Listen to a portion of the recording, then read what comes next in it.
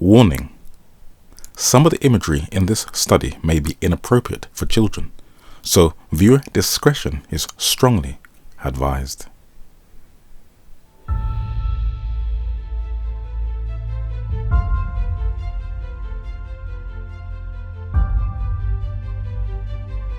Iran's missile attack on Israel has oil prices spiking.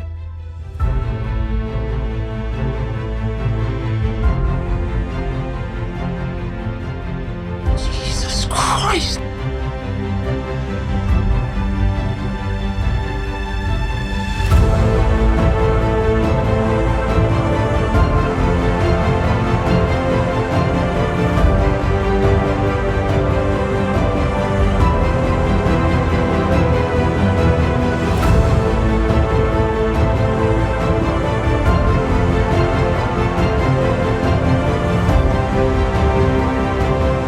Timeline was off.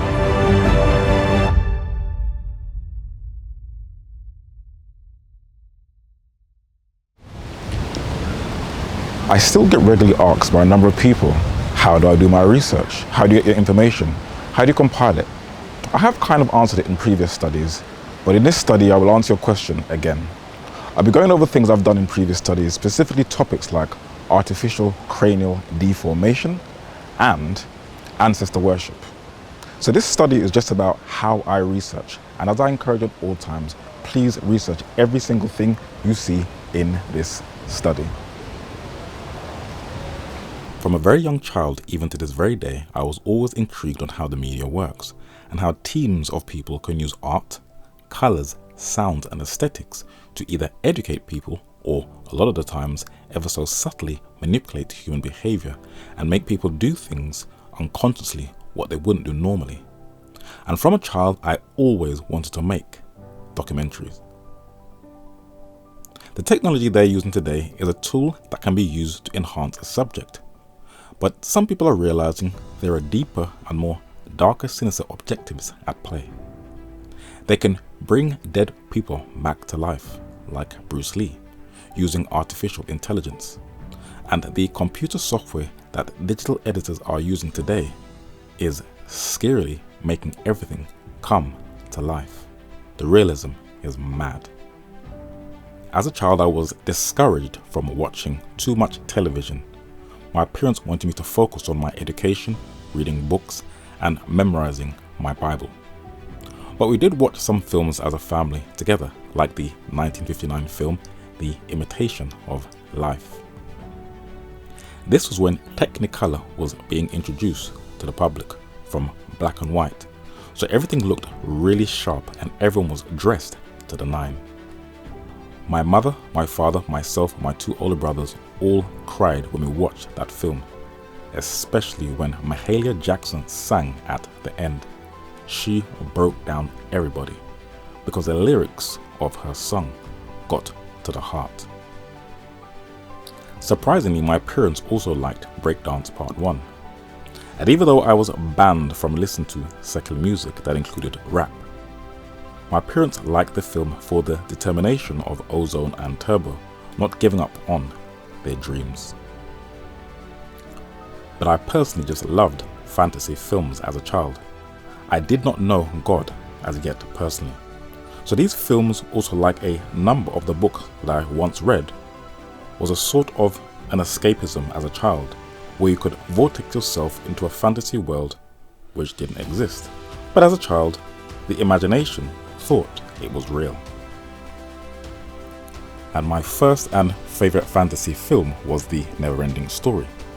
I watched it in primary school. I think the whole school watched it together, I can't remember. But it was my opening door into my escapist fantasy world before I knew the creator.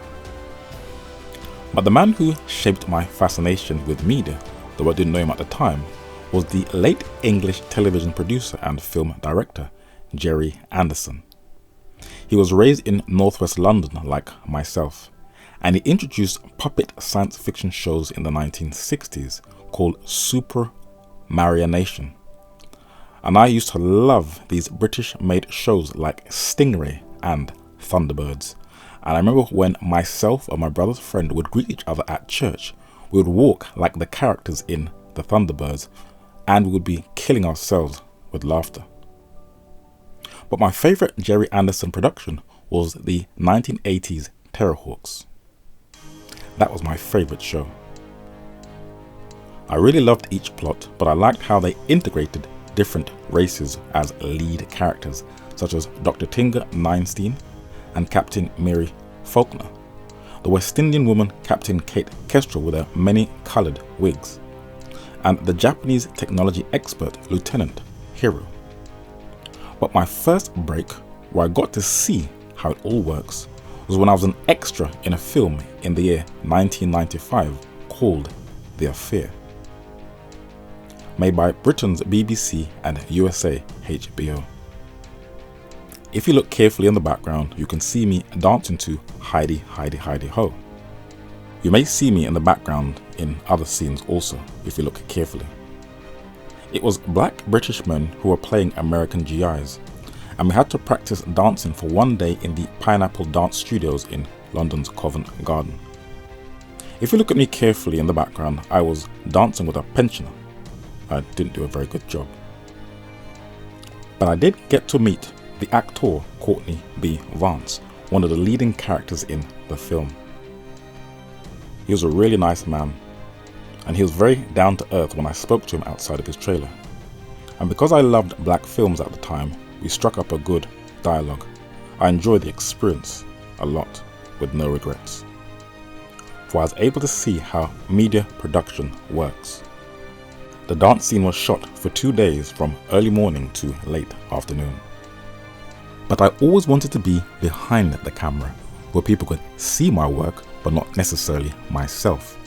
And today, with all the available tools at my disposal, which at one time wasn't so readily accessible, I can now put together studies by going into the ancient archives and pulling out material and doing something that I thought I would never ever do: psychoanalyze everything I watched as a child and observe it now through a spiritual lens, but in a fairly balanced style, and show people or forewarn them that the US government, from very early, has worked alongside the most powerful storyteller in the world, Hollywood, where they openly tell you through edutainment format what they plan to do for the whole of mankind.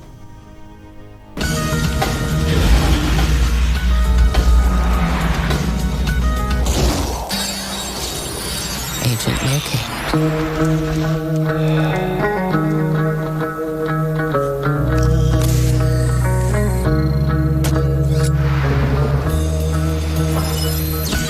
Identity confirmed. Good morning, Mr. Hunt. Sorry I barged in on your vacation.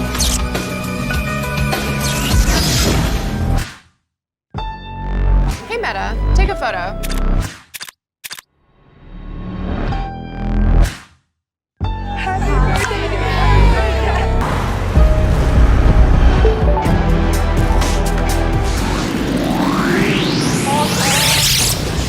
Johnny Mnemonic. The year is 2021.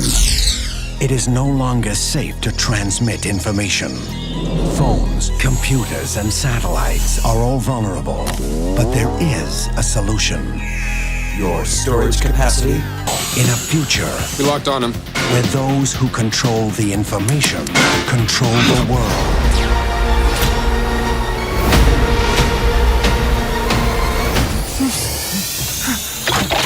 Who are you, human? I'm nobody. I ain't even seen nothing. I'm not even seeing anything right now. RC. Private Noah Diaz, U.S. Army. Multiple commendations, a wizard with electronics. Huh. He's a soldier. He does not look like a soldier.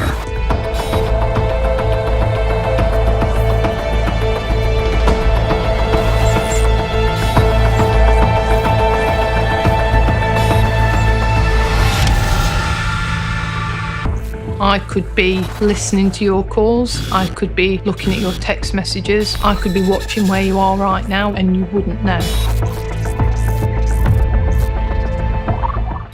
So Hollywood always forewarns us of the future global plans for mankind. But most cannot see because they think they are only being entertained. But the late US National Security Advisor, Polish-American Zbigniew Brzezinski, published a book in 1970 titled Between Two Ages, America's Role in the Technotronic Era. And this book documented over half a century ago that we would all eventually have high-tech mobile cell phones where we would video call each other, and also that the internet would be a global library and database that also includes details of everything we do in privacy that is archived on either Google or stored on a digital cloud. Unless individuals find a way of totally coming off the grid, the reality we have to accept is that nearly everything we use is a tracking device where we leave permanent digital traces of our everyday lives. But as the global village becomes more and more interconnected and controlled, what is the overall objective of modern day entertainment? Well, as policymakers that includes think tanks, wealthy corporate monopolies, outdated militaries and bureaucratic institutions are restructuring our world, the violence in the entertainment industry is not only endorsing the corporate-sponsored bloodbaths on innocent civilians in faraway countries, but mankind is being divided into two camps, and the final issue will be over, guess what? Worship. There are a company of people at present, though small in number, who are sincerely going back to the primitive worship of the Creator, and the majority who are going back to the worship of the creature, which is nature worship and self-worship. And entertainment is playing a covert or even an overt role in your decision making. And as I observe what is intelligently being distributed and marketed to the masses, almost everything looks very dark and stoic. The secular-minded Gentiles falsely accuse Christians of always preaching gloom and doom. But what are they offering but a hopeless, dark, dystopian vision of the future? A clever plan to train fallen man to eventually give up their rights voluntarily and be a blind slave to the state. And by dumbing them down, who will eventually get the credit? Well, the one who has trained every known culture and civilization from antiquity to worship him, especially using the emblem of that once revered reptile, the serpent. Most cannot see where everything is heading, but studying media helped me to observe the changes in society. A study was published in the year 2017 documented the effect the mass media has on our behavior. Now, that is from an academic angle, but is also a spiritual angle. And in a 2014 Rolling Stone magazine front cover, Katy Perry said that its objective is what? Conquering the world. How? One small sin at a time. By teaching this current generation the Darwinian worldview that man is still evolving to become a divine being.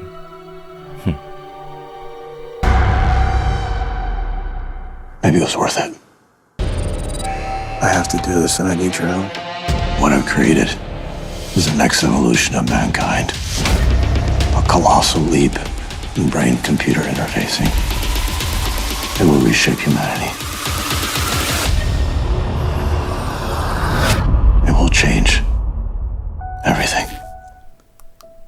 There are around 8 billion people and counting who currently live on this earth, according to census reports.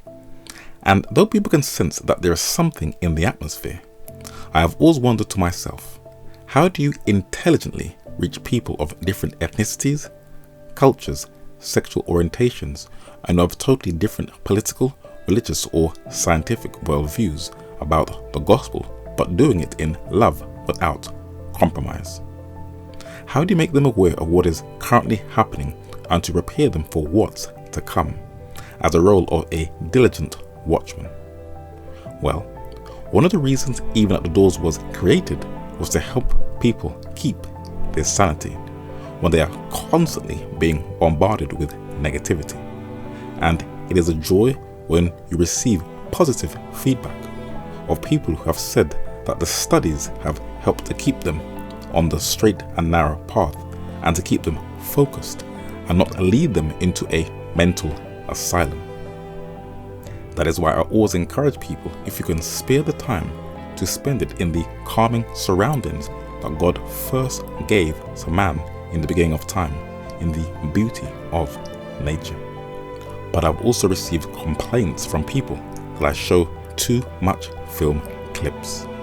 I make no apologies, for I want to show the modern mind how subtle inroads are slowly stripping precious cherished freedoms away. And a film trailer I showed in a previous study called Fahrenheit 451, based upon a 1953 dystopian novel about censorship. While it may look tame, advocates of the free press and free speech know that this film is turning into a reality, to unite the world into one global family by getting rid of their books.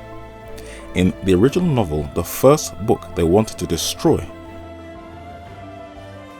is, guess what? The Bible.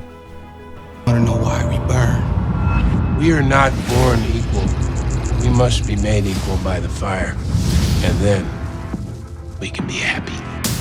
See, it's no good, Montag. We've all got to be alike. The only way to be happy is for everyone to be made equal. So, we must burn the books, Montag. When we look at the different varieties of ethnic groups all over the world in all their different shades of brown and their unique genetic features, it almost looks like an impossibility that these culturally polar opposites will all one day unite as one. But it shouldn't be far-fetched at all if you closely study history, for lying underneath that outward exterior is human nature. And I want to show you that man has always been the same created being and has consistently practiced the exact same things unabated over time. I shall cite some examples before I show you, number one, why, and number two, how I am able to research a vast variety of topics. This woman has on her head a very interesting braided hairstyle. The curled woolly hair texture of people of black African descent allows them to experiment with a vast variety of styles. But the Tambaru style that has been popularized and fetishized by fashion designers and movies, that has been called the African hairstyle that looks like a crown, where did it originate from? It is the traditional Congolese Idamburu hairstyle worn by the women of the Mangbetu people to symbolize high status. The styling of the hair takes a while, for it is very intricate and detailed. But if you carefully look at the elderly woman who is styling the younger woman's hair, her head is shaped rather odd, very elongated. Now why is that? Well, the Mangbetu are a cluster of peoples who live in northeastern Congo, but are originally from South Sudan, who speak a Central Sudanic language of the Nilo-Sahara language family. And they are known for their very elongated skulls, where 20th century Western photographers and anthropologists were intrigued by this strange practice. But while it looked like a rare oddity to an isolated tribe in Central Africa, it is a practice that actually existed all over the world, called artificial cranial deformation, where from a baby the skull is altered to have a permanent elongated shape. This is an image of the 14th century BC pharaoh King Akhenaten on the left and his wife Nefertiti on the right, where they are both holding their children, that I filmed a number of years ago in a museum in Berlin, Germany. This is a bust of the jaw of Pharaoh Akhenaten in the Fitzwilliam Museum in Cambridge in England. But his wife Nefertiti, who is on display in the Ashmolean Museum in Oxford, England, has similar features, with a very elongated head whose crown looks very similar to the Sudanese Mangbetu tribe in eastern Congo. This is a replica of her bust in the Manchester Museum in England, where you can kind of get a clearer picture of her facial features. But in the museum in Berlin, Germany, one of their children's heads' shape closely resembles the elongation of their parents, the artificial cranial deformation. And in the Ashmolean Museum in Oxford, England, you can see this painting of Akhenaten and Nefertiti's children with their elongated skulls. But in cultures all around the world, like Peru in South America, this skull, as shown in a previous study, shows that this practice was among the Amerindians in pre-Columbian times, and it was a practice that was all over the world. This photo is of a Frenchman probably dated to the late 19th century, early 20th century, from the way he is dressed. And his side profile on the right shows that this practice also existed among modern-day Europeans. The man on the bottom right is also French. The ancient skull in the top center is from an Iranic woman in the North Caucasus. The coin at the top left is of the Alkon Huns, a nomadic people that established states in Central and South Asia in the 4th and 6th centuries. The woman in the center is from the Kaskimo tribe that are situated from Vancouver Island in British Columbia, Canada. And the young boy on the bottom left is from the autonomous region of Bougainville in Papua New Guinea, the Melanesian island in Oceania. And all over the world, all of these nations practice artificial cranial deformation. The 5th to 4th century BC Greek physician and scholar Hippocrates, whose facial bust is on a building in central London, is on record as being one of the first people to document the ancient practice of artificial cranial deformation. And scholars and anthropologists, when closely analysing ancient human skulls from all over the world, they see the similarity in that very strange practice. Whether it be a king in ancient Egypt or a king among the Huns, two totally different polar opposites. Brides from medieval Bulgaria in Southeast Europe, and throughout the whole of the Americas, whether it be Canada, North, Central or South America, tribes of people who probably never had any contact with each other were all partaking in that same ancient practice. So on the surface, biologically, we are all different, but underneath that outward shell, man is still the same creature, and it hasn't evolved or changed over time, no matter how much they can't stand each other. But that is not the only practice that existed worldwide. One of the main objectives of the most powerful storyteller in the world is to reintroduce pagan beliefs to the modern world. And in a pack of cards there is one figure that stands out among the rest, the most famous in the pack. It is the Joker. Many or most of us living in the modern world probably think that the Joker is a modern day Western invention. But as man constantly goes through cycles, he only reintroduces and only repackages what was once an already established belief system, then presents it to the modern world so they can familiarize themselves again with old pagan practices. But where did this conniving creature come from? Well, if we go back in time, which is the right way to understand the past to make sense of the present, the Western Joker was adopted from a 3000 BC Iranian deity from the Elamites, a people in the Bible who are first mentioned and documented in Genesis chapter 10 and verse 22. But there is one belief that has indoctrinated man from the beginning of time, and all races have embraced it.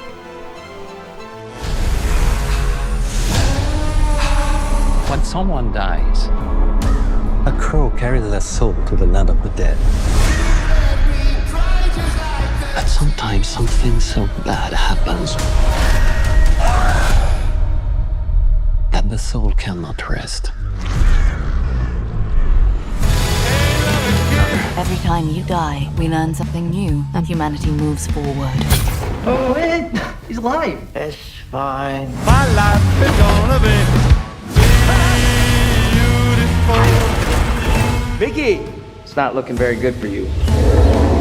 Yeah, no. I'm sure you're used to it by now, but what's it feel like to die?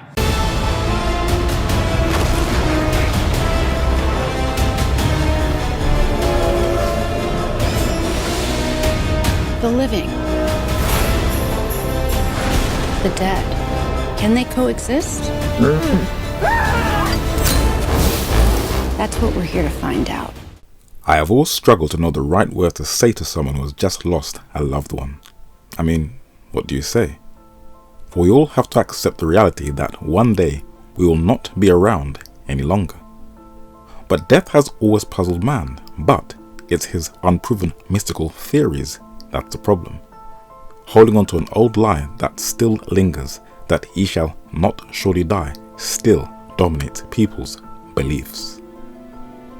In North America, 2 nations of people were forced to live among one another and have had to live within a system where they have had no real say on how it is governed. But unbeknownst to them, their forefathers' beliefs about death and the afterlife are exactly the same.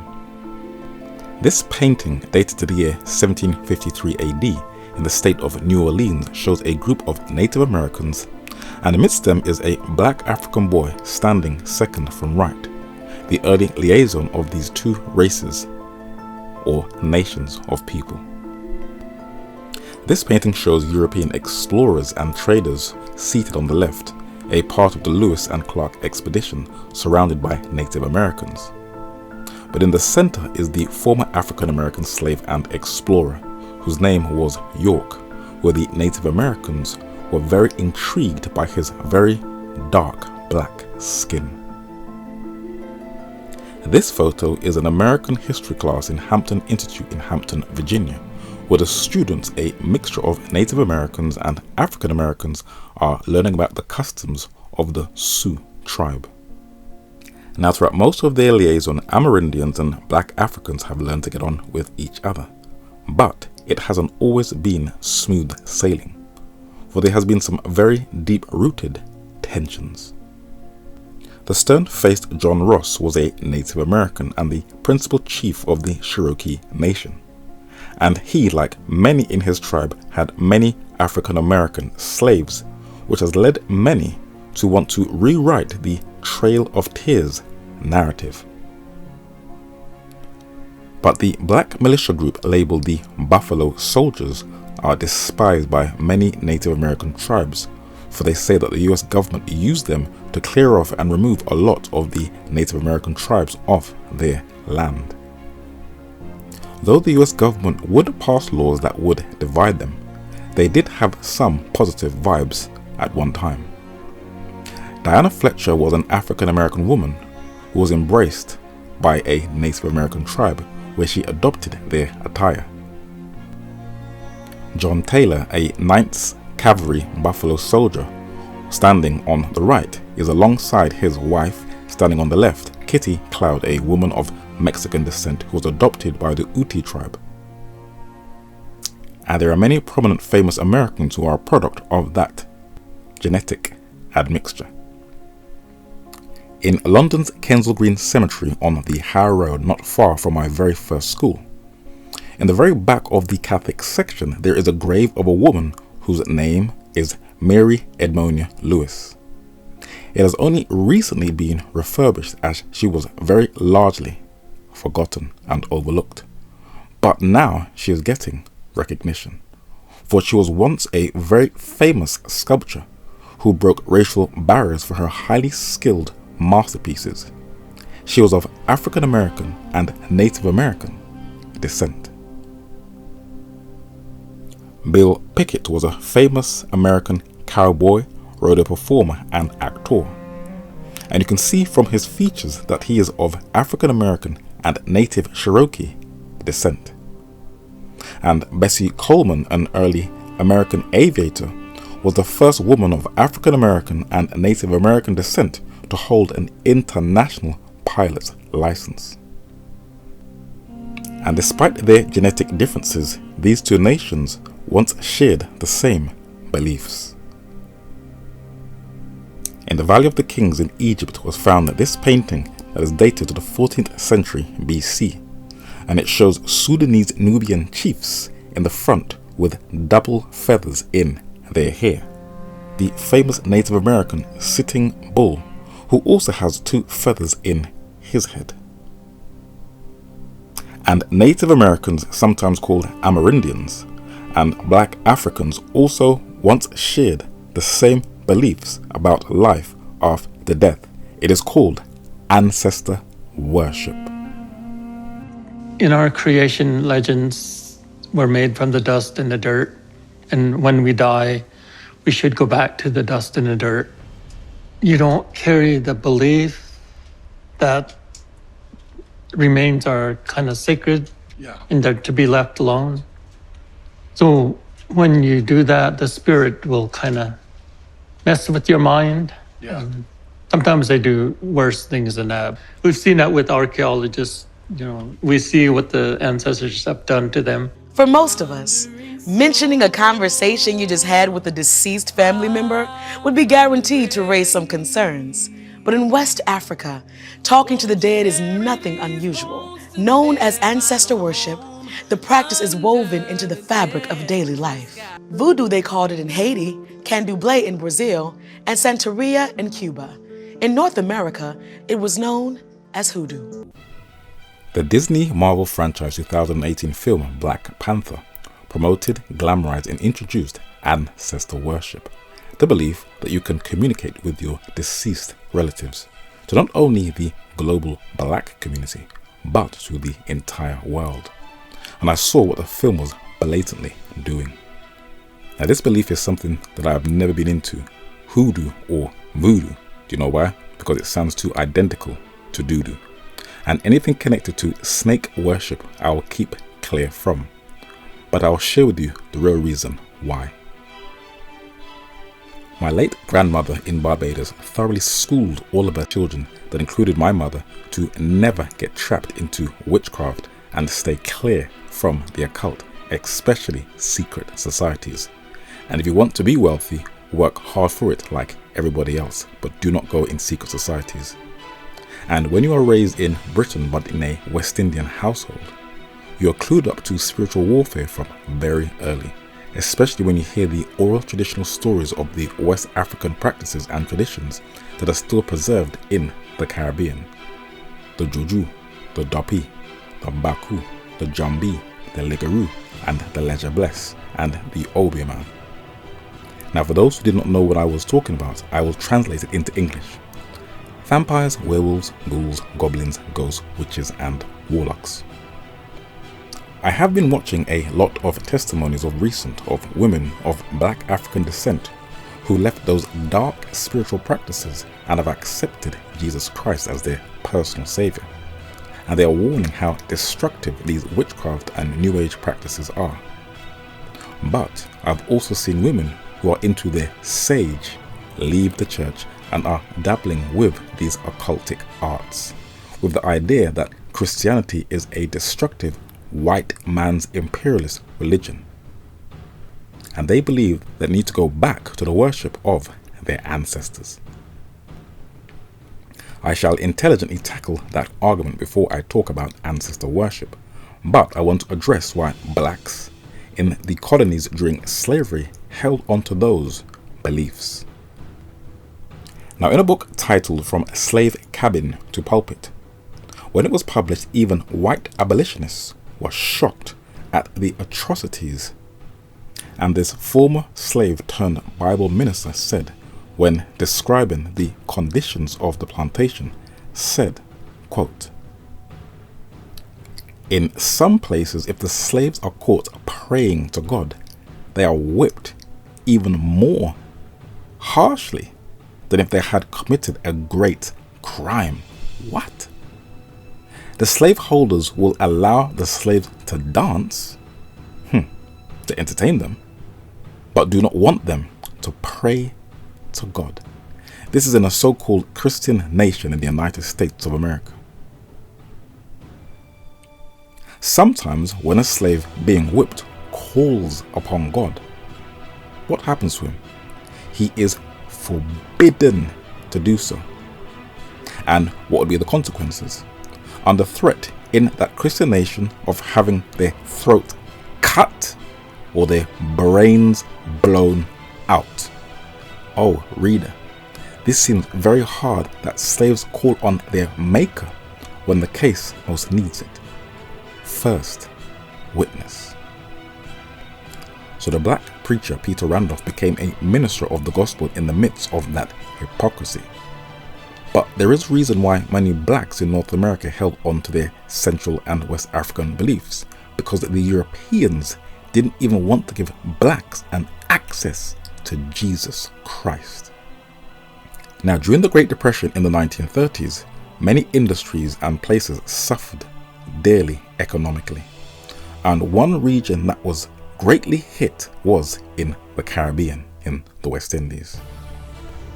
In 1931, where my father is from, in Grenada, there was the national demonstration against the customs bill. In 1937, there was protests in Barbados. And in that same year, in southern Trinidad, in June 1937, there was the famous Trinidad oil field riots, also known as the Butler riots, where working class oil field employees protested over mistreatment and pay by the labouring class and by the oil companies.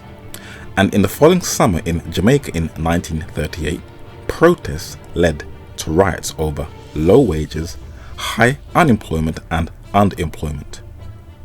These protests rocked the British Empire, and it was called the British West Indian Labour Unrest of 1934 to 1939. And Dr. Harold Moody, the British-based Jamaican doctor, published letters in the Times of London newspaper to address these grievances, but there were many others whose voices were vocal. There were Grenadian-born Baptist preacher and a Labour leader in Trinidad and Tobago, Tubal Uriah Butler, who is on the left. Trinidadian-born Bajan Clement Osborne Payne, who was a pioneer in the Caribbean trade union movement, on the right. And in the centre is Pan-Africanist, journalist and author Trinidadian-born George Padmore, a descendant of a Ghanaian Ashanti warrior who was enslaved in Barbados. It was these three men's campaigning that has contributed to the many freedoms that I have today. Now, the British government responded to the grievances and unrest, and a man standing third from right took action. His name was Walter Edward Guinness, and he toured the Caribbean in the 1930s and saw that a lot of these issues were still rooted in slavery. So he published a report titled the West Indian Royal Commission Report in 1945. And this is another reason why many in the Caribbean still held onto their West and Central African beliefs. He said, quote, "The Negroes whose ancestors were brought to the West Indies in a condition of slavery, unlike most other large-scale movements of population, did not involve the transfer of any important traces of their traditions and customs, but rather their almost complete destruction. The Negroes had one function only, and what was that? The provision of cheap labor on estates owned and managed by Europeans for their valuable export crops. So my forefathers and foremothers were viewed as cheap labor." He continues, "They lost their language, customs and religion, and no systematic attempt was made to substitute any others. Marriage among slaves was discouraged, if not completely forbidden. The heroic efforts of many denominations to Christianize the slaves and teach them met on the whole with great opposition. So, like America, they didn't even want the slaves to know who Jesus Christ is. Before emancipation in the 19th century, education was in effect also denied to the laboring population. These things have left their mark. The causes of this are economic, social, and political. Second, witness. So blacks in the West Indies were nothing more than an economic commodity to enrich and financially boost the monopoly of the Western world, where they were denied marriage, education, and an opportunity to get to know Jesus Christ as their personal savior. So it made logical sense to hold onto your obeah. Why? Because you had nothing else to keep you. But we are now 2 centuries after emancipation, And today we have information at our fingertips at the click of a button. So what excuses do we have today? Are many going to use that old dry argument that the Bible is a white man's tool to enslave others? Is it? Well, let's see. The Tiber River in Rome, Italy, held together and was the root of one of the ancient world's most powerful systems, the Roman Empire. And this vast kingdom was founded by Caius Octavius, better known as Caesar Augustus, a descendant of Japheth, a white European. His name is preserved in the third gospel in the New Testament in Luke chapter 2 and verse 1. The Euphrates River is first mentioned in Genesis chapter 2 and verse 14 in the Old Testament, and it runs from Armenia into Iraq and was the source of stability for the infamous Assyrian Empire, known as one of the first on earth. Now, the man who founded the Neo-Assyrian Empire was King Tiglath-Pileser, an olive-skinned Asian, a descendant of Shem, whose name is preserved in the Old Testament in the Book of Kings. Now, the River Nile is known as the second longest running river in the world after the Amazon, and it held together one of the least known empires in the ancient world, the Nubian Empire in ancient Kush, modern day Sudan, with the highest number of pyramids in the world. In the Ashmolean Museum in Oxford, England, there is a monument that was built by its most famous monarch. His name was, as I've said in many documentaries, King or Pharaoh Taharqa, a descendant of Ham or Cush, a black African. And his name was preserved by the prophet Isaiah for his alliance with King Hezekiah of Judah. But though the Romans of Southern Europe, the Assyrians of Western Asia, and the Nubians of North Africa differed genetically, they all worshipped the same thing. The blazing sun in Nubia was called Ra. The blazing sun in Babylon was called Shamash. And the blazing sun in Rome was called Sol, where we get the solar system. But there was another belief system that binded them all. The Chinese revered their ancestors, as can be seen by these paintings in the Victorian Albert Museum. This book by the Nigerian Igbo Aloud Equiano is in the British Museum, and he documented that his forefathers practiced ancestor worship. The Egyptian monument also in the British Museum is dedicated to the ancestor worship. This monument of a Greek soldier, though currently not on display in the British Museum, has at the bottom a serpent. The serpent represents his dead ancestor worship again.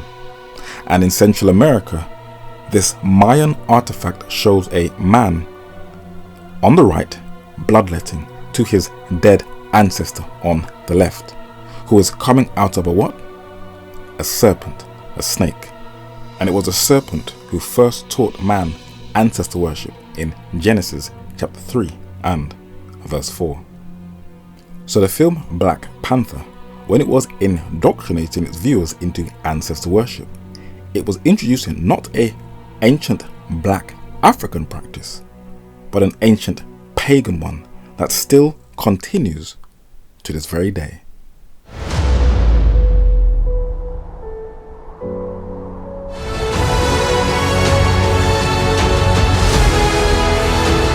Ancestors, please protect her.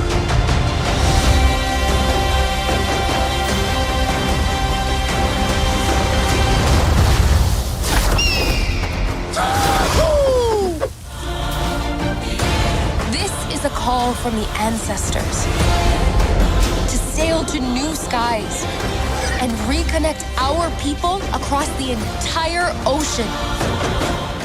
So I've given you a little background of myself, why I've always been fascinated with the media, why I have a biblical worldview, and why I do what I do.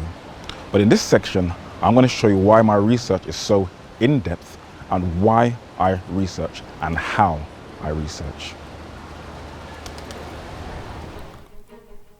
I will now share with you the real reason why I make my research very in-depth, for you have to very carefully study the modern-day political climate. When I was closely studying the life of Jesus, when he was in Jerusalem, I came across a group who tried and failed to throw him off course. They were the lawyers of the Pharisees, and today, if you don't know your stuff, they will dismantle your arguments and make you look stupid. Now, lawyers or barristers are trained in world history, have an in-depth knowledge of the global political climate, and are skilled in international law, so they have to be in tune with current affairs. Some are appointed to investigate things that are quite messy, like the in-depth corruption in a political party that sometimes covers decades. And there are others who are appointed to skillfully defend the dark atrocities of a government that will help that government to escape a war tribunal. So I've learned from many men of old that when investigating a topic, especially the past, it is vital that you go to the original records of the day, so you can confidently present your case with biographies, state records, and reliable declassified files, so that my argument holds weight. But in my experience, I always get the response of the steelman or the straw man. This is known on the official website of Texas State University as ad hominem, as shown in the previous study. This is a fallacy that occurs when, instead of addressing someone's argument or position, you irrelevantly attack the person or some aspect of the person who is making the argument, as highlighted in blue. The fallacious attack can also be direct to membership in a group or an institution. I have also personally experienced weak people who try to sabotage any form of critical thinking. And when they cannot win an argument against you, they use clever sound bites, clickbait, or snappy cliches to shut down your argument when they realize they are defeated. Phrases like, let's agree to disagree, or it is what it is. You've probably heard these phrases before. Or one of the most clever shut down arguments, which is, we have to unite. We need dialogue more than ever in this world in dire circumstances, highlighting not what sets us apart, what unites us. I always have a notebook and pen on me, whether I am indoors or out on the street, for ideas are always racing in my brain. What has really expanded my knowledge and has shaped my worldview is having my own personal library, a vast selection of books on every single subject I can think of. And I'll show you how I look at history. I start from the beginning in Genesis. The Afro-Asiatic Hebrew word is Bereshith, which means in the beginning in Genesis chapter 1 and verse 1. And in the opening chapters of the Holy Scriptures, the earliest of men are described as being technologically advanced from the very beginning, as architects, city builders, musicians, tent makers, agriculturists, and highly sophisticated metallurgists. And this technology was passed down to succeeding generations. And peer-reviewed studies have shown that early man was not only highly sophisticated from antiquity, but we today are not as advanced as our forefathers were, for there are things they accomplished that we still have not matched and still cannot explain. And we have somewhat degenerated in intelligence and in brain size. But I'll show you that at one time all of mankind, but I'll be focusing on Afro-Eurasia, had the same technology. And they were not all these primeval Stone Age savages, as they have been unfairly represented by modern day Western scientists. Pottery has been around for thousands of years, and this technology can be traced to cultures all over the world. In Egypt, in North Africa, they had sophisticated pottery. In the Greek islands of Crete in southeastern Europe, they had sophisticated pottery also. And in the early cultures in Pakistan, in South Asia, they also had advanced pottery. Early man was also able to skillfully carve into stone with razor-sharp precision with technology that equals modern-day drills. This 4500 BC green stone bracelet made from schist in Neolithic France in Western Europe shows how sophisticated the men of the Northern Hemisphere once were. These 6000 to 5000 BC obsidian jewelry from Iraq in West Asia shows how sophisticated men from the Orient once were. And these different stone jars from early Egypt shows also how highly sophisticated men were from North Africa. For also on display in the British Museum, the Egyptians made from stone solid, highly sophisticated doors, temples and columns. The Iraqi-based Assyrians of Western Asia also made huge stone human-headed winged bulls, and the Greeks also made temples from stone, which showed that all races at one time had highly sophisticated engineering skills. In Genesis chapter 2 and verse 11, God introduces the inquiring mind to metallurgy with the rare earth chemical element called gold, a bright yellow metal that is found all over the earth, and strangely enough, all nations seem to have appreciated its value. In London's Natural History Museum, they have fragments of gold they have discovered all over the world from 1865 to 1942, from Australia, California and South Africa. The oldest coins known to man, or money, is from the Lydians in Turkey in the 7th century BC, was made from what? Gold. Egyptian coffins were made also from gold. Sudan was renowned in the ancient world as the land of bling bling for their high abundance of gold. The word Nubia means the land of gold.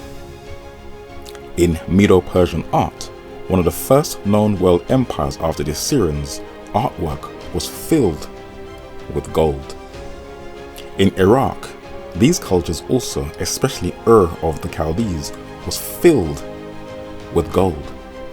And all over Britain and Ireland, as you can see from these artifacts in the British Museum, from 3000 to 2500 BC, the people of the Northern Hemisphere decked their culture with, guess what? Gold. They also used these metals to defend their kingdoms.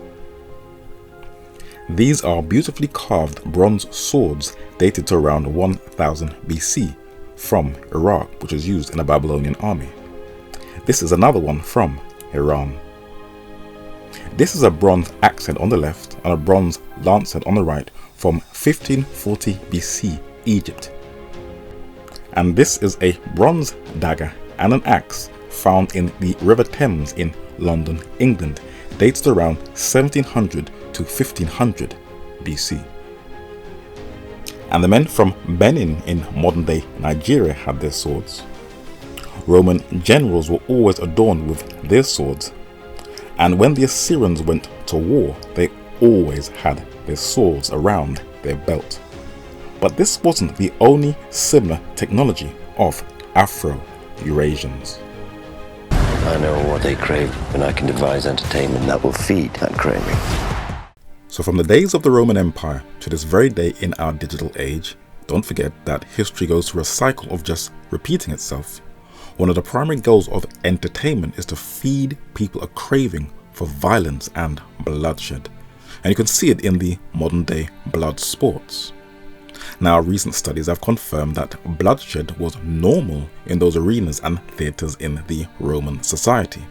And the violence in modern day sports is nothing more than a revival of gladiator games in ancient Rome.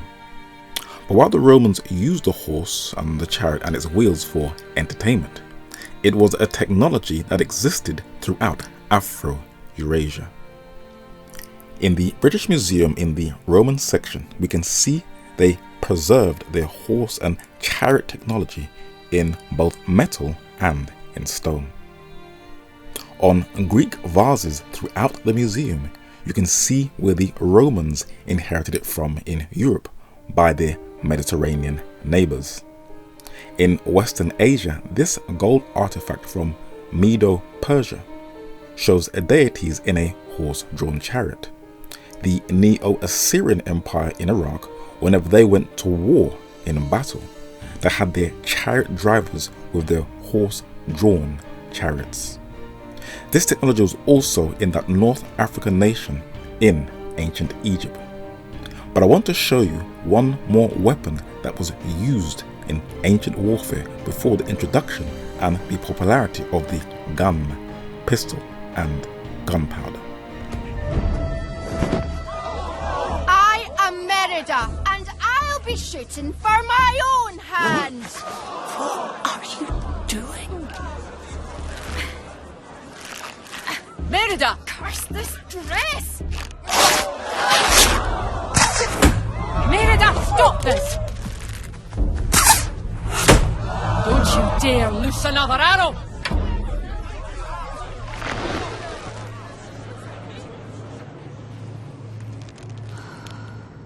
Merida, I forbid it!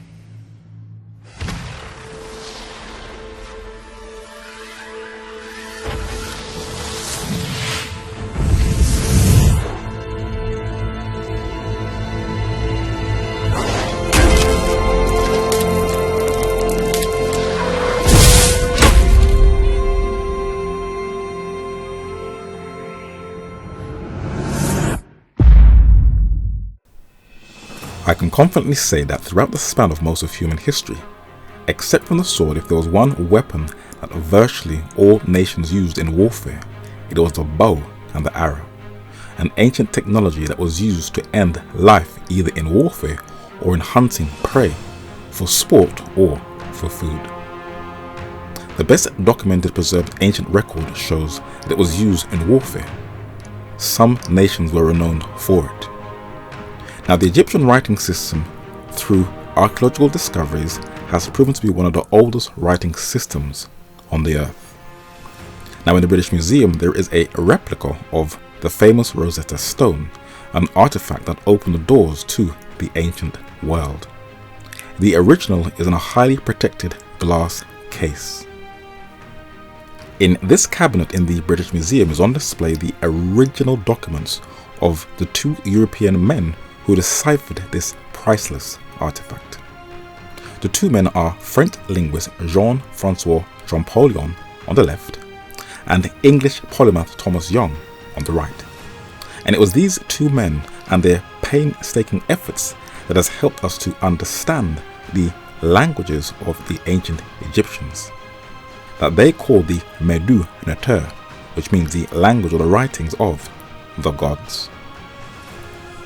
The books, the Rosetta Stone by Sir E. A. Wallace Budge on the left, and the more recent one, The Riddle of the Stone by two authors, I can't pronounce their names, gives a background history to the decipherment of that precious artifact. So the reason people today can understand these ancient Egyptian scripts that are written on papyri or paper and engraved on stone is as a result of these two men. Cuneiform is the name given to the ancient Near Eastern script in the 1700s and is also known as one of the oldest writing systems in the world. The artifacts of this language are preserved in deep impressions in stone, and stone is far better than preserving history than paper, because if there is a fire, the stone will be preserved, unlike paper. The 19th century British politician and linguist Sir Henry Creswick Rawlinson showed its transition from originally being pictographic, like early Egyptian texts, to wedge shape, which today we call cuneiform. And these men opened the door to the ancient world.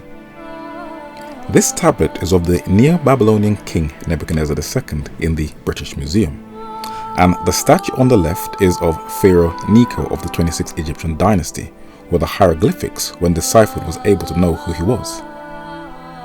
Now, what is unique about these two kings? Well, their names are preserved in Jeremiah chapter 46 verses 1 and 2 in the most reliable historical document.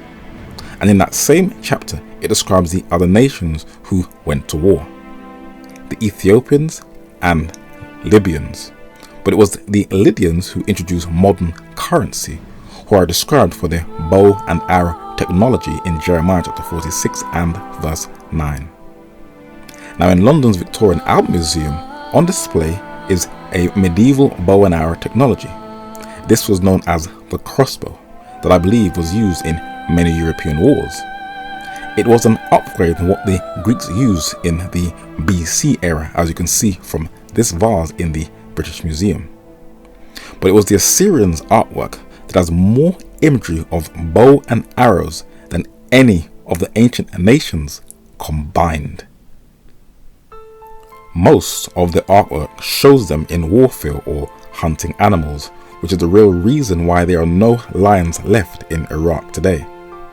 But as the Assyrians specialized in warfare, they left their history in stone so that succeeding generations like ourselves can see how they conquered the Near East. There are still remains of the tips of their arrows and even the very metal holders that kept the arrows in place when they went to war. This Egyptian pharaoh Ramses II depicts himself as a ruler with his bow and arrow that asserted his supremacy in the ancient world. But it was his southern neighbors in the Sudan who were renowned for their archery skills. The hieroglyphic on the left is a name that was given to the Sudan's warriors, Tar Seti. And what exactly did that name mean to that North African nation? Tar Seti, or Land of the Bow, the land south of Egypt, was so named because the inhabitants were expert archers. First witness. Ancient Nubia in Africa, which existed in what is now northern Sudan and southern Egypt, the ancient Nubian civilization was called at the time was Tar Seti, a name known from Egyptian writings that means land of the bow, referring to the weapon which apparently was deemed characteristic of peoples in that part of Africa. Second witness. The oldest image in the world ever discovered of bow and arrow technology is in a cave in South Africa, which shows that men have been using this technology from antiquity. And on the remainder of the continent of Africa, it was still being used before the introduction of the guns on the African continent. In the British Museum, there are images of archers that are dated to the 14th century BC with their bows in their hand. The oldest Western records of this technology was by the 5th century BC historian Herodotus, who recorded that Nubians were renowned for the bow. The Nubian archers also used leather wristbands, and also in the British Museum are their arrows like the Assyrians, and the rings they use on their fingers to pull the bow. Now, African history is one of the hardest to research concerning this technology, and you have to go to multiple different sources like Science Direct, the database that provides access to scientific and medical publications, Britain's BBC, the British public broadcaster that has the most vast global outreach, Cambridge University in the UK, which is ranked as one of the top universities on the earth, and the University of Warsaw in Poland in Eastern Europe, where this university documents Polish archaeology in the Mediterranean that mentions the new insight into Nubian archery. The British Cambridge University Press shows the oldest bow and arrow technology is in South Africa, and they actually show what it looks like. And Science Direct also documents that also. And Britain's BBC also shows that the oldest evidence of bow and arrow technology has been found in Africa. So when I'm researching, I use a number of different scientific disciplines to solidify my case. The science of archaeology, which is in the material culture with artifacts. The science of philology, which is the study of languages engraved in stone and preserved also on paper. The science of genetic evidence, that is RNA and DNA, that also includes anthropology.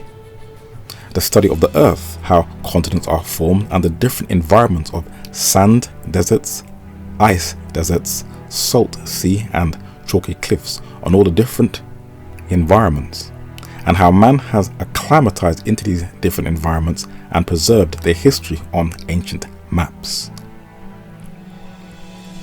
The oldest known map in the world is in the British Museum from ancient Babylon, and the more modern ones like the 1513 Piri Reis in the centre, which was compiled by the Ottoman navigator Muhaddin Piri on the left, and Gerardus Mercator on the right, the Dutch Flemish geographer whose map is the standard map for the world. I also study polls that help to analyse history and modern day statistics like YouGov, Statista, the Pew Research Centre, Gallup Poll and Ipsos.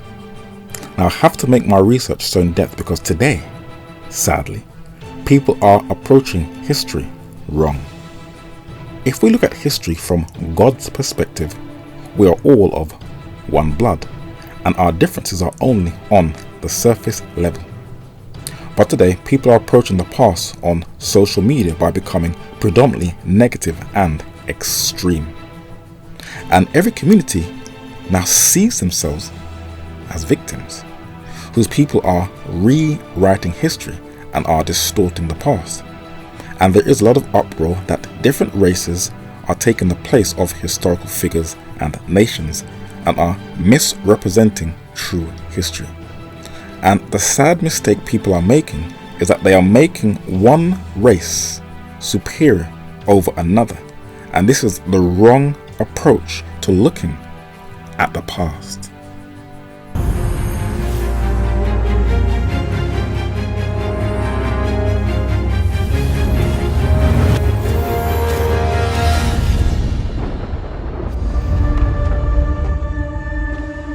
For those who don't know me, I'm Graham Hancock.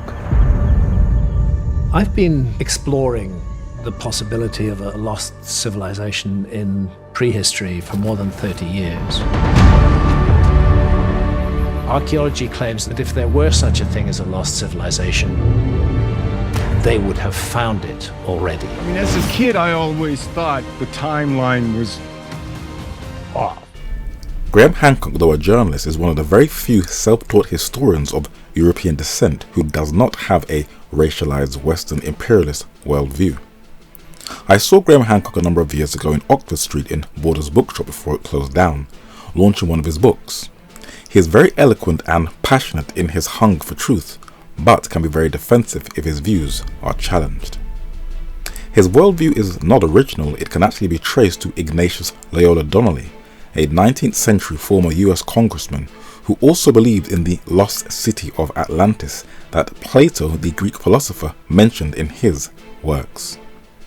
In his quest for a lost civilization, he falls into the bait trap of the academic world by providing no archaeological or linguistic evidence for his claims that he also admitted on the Joe Rogan show. This is where I differ. I will state over again that my worldview is based on Bereshith, in the beginning, and I actually research my faith when defending creation. Buried in many mountains around the world above sea level are the remains of different marine mammals that we call today whales. This is a humpback whale with many sea urchins or clams stuck to its face, swimming through the ocean to get some air at the surface. And if you want to get a picture of the size of its head, it is almost twice the size of a human, as you can see in this museum that I filmed in Oxford. There are other fossil remains of whales and their teeth, as in this museum in Manchester in England. But the largest known fossil on Earth is of the blue whale that is on display in London's Natural History Museum. It is known as the largest creature that has ever lived. Now, whales are first mentioned in Genesis chapter 1 and verse 21. And the fossil record has shown that the blue whale has outlived thousands of other creatures with no evolving or natural selection taking place. I shall cite one more example. One of the most unique looking creatures of the ocean is the horseshoe crab. Because of how God beautifully designed it, for a while it was very misunderstood by man, but they are very tame and harmless to man. Sadly, in man's pursuit of the development of modern science, they are bordering on extinction because its blood is being extracted to combat modern human diseases like COVID-19. Though peer-reviewed studies have shown the uniqueness of this creature, they still contradict the evidence that they see with their own eyes by not only pushing their origins further back in eons, but falsely claiming that it is a product of evolution.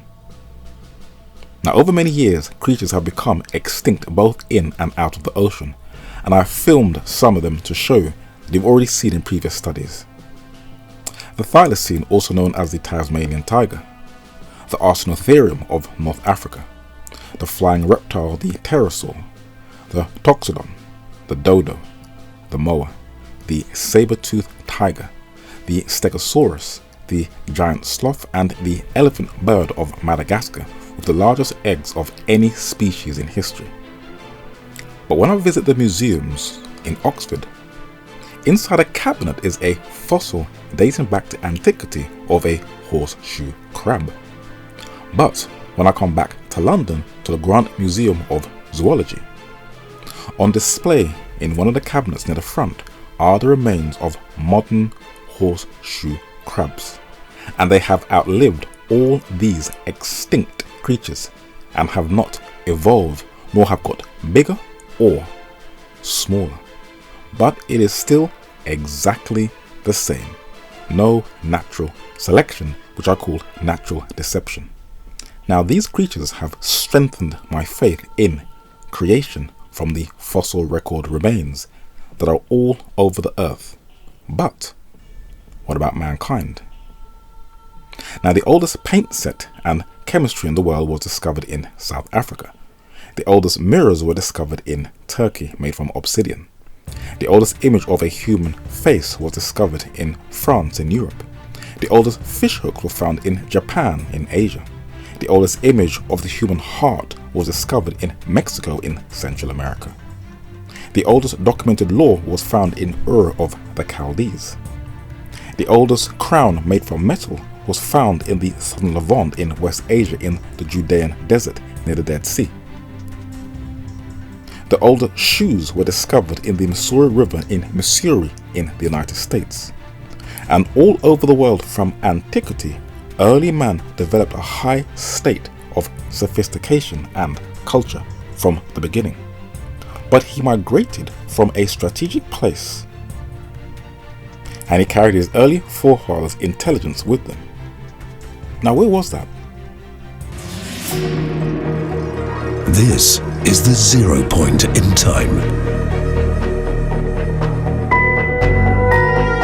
Göbekli Tepe is waiting for you in Şanlıurfa. Don't miss it. In the field of archaeology and in man's pursuit of truth and its origins, there is this very interesting gravitational pull to the geographical location of Asia Minor. And what is also very interesting is that when you read the Holy Scriptures, this is where early man, then a lot smaller in number, migrated from to repopulate the whole earth. And a study on DNA that is shown in an earlier study and human migratory patterns through past and present history leads you to this place.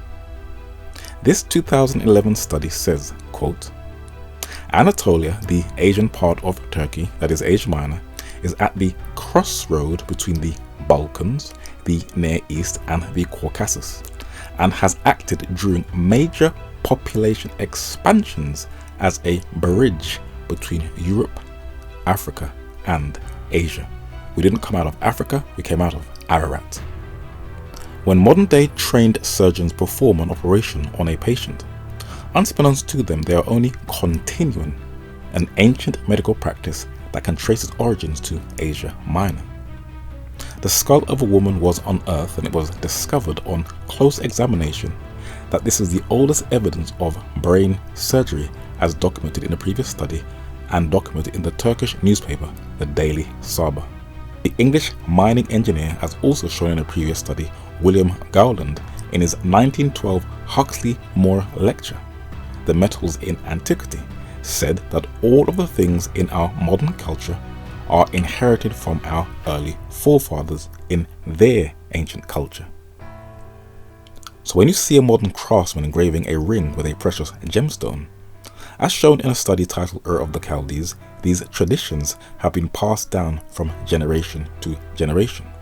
For in the British Museum, there are gold rings engraved with gems from the Etruscans in Italy, to people in Turkey, and Ptolemaic and Roman Egypt. And man is only continuing the craftsmanship of his forefathers. This commercial is advertising the Mercedes-Benz G63 AMG Falcon 1. And the detail and work that has gone into the craftsmanship of this vehicle is off the change. I mean, this is a beast of a car. The interior design is of the highest value, especially the inside with its detailed leather seats. But what people may find shocking, that it is an inherited ancient custom. On its official website, it openly tells you that its leather patination is combining ancient tradition with modern manufacturing. Men have been using leather from antiquity, and traces of this manufacturing in textile can be found everywhere. On the left is a leather covering dated to the 14th century BC Nubian Maya Herbi. In the top center left is the oldest horse saddle made from leather that was found in China in Asia. And in the top right is the oldest leather 5,500-year-old shoe discovered in Armenia in Asia Minor. But the oldest known leather technology to date was discovered in Morocco in North Africa with the oldest leather working bone tool. So as modern science closely examines the human body, his warped views about the past are being challenged, and more truths are being unearthed. This is a skeleton of a Neanderthal human being in London's Natural History Museum. And despite the ridiculous caveman appearance, the New York Times confesses, as shown in the previous study also, that they were people too, just like us, not a separate species. I will stress again, Maya Herbi, the 14th century BC Sudanese Nubian on the bottom left, the Tolan man, the 5th century BC mummy from Denmark on the top left, and Plumo Boy, the sacrificed Inca child in Peru in South America on the right. Though they are in different geographical locations, man is still the same species that suffers the same fate. I will explain. Today, some hospitals in the West who have a care for their patients are trying to make their elderly patients a lot more health conscious, so that they don't make the same mistakes as their early forefathers. Today, heart disease is the #1 killer of mankind, and this is worldwide according to modern charts. But this is not a new phenomenon. When they closely examined ancient populations spanning 4,000 years of human history, what was the #1 killer of our forefathers and foremothers? Well, guess what? It was heart disease. I mean, it shouldn't be surprising. Look at this image from a woman in ancient Turkey. Oh man, oh man. She looks like something I used to watch when I was younger, like the Michelin Man and something called the Stay Puft Marshmallow Man. Just thought I'd put some humor in there. So we are not evolving. Man is the same species that suffers from the same mortality. I shall cite a few more examples just to make my argument more airtight.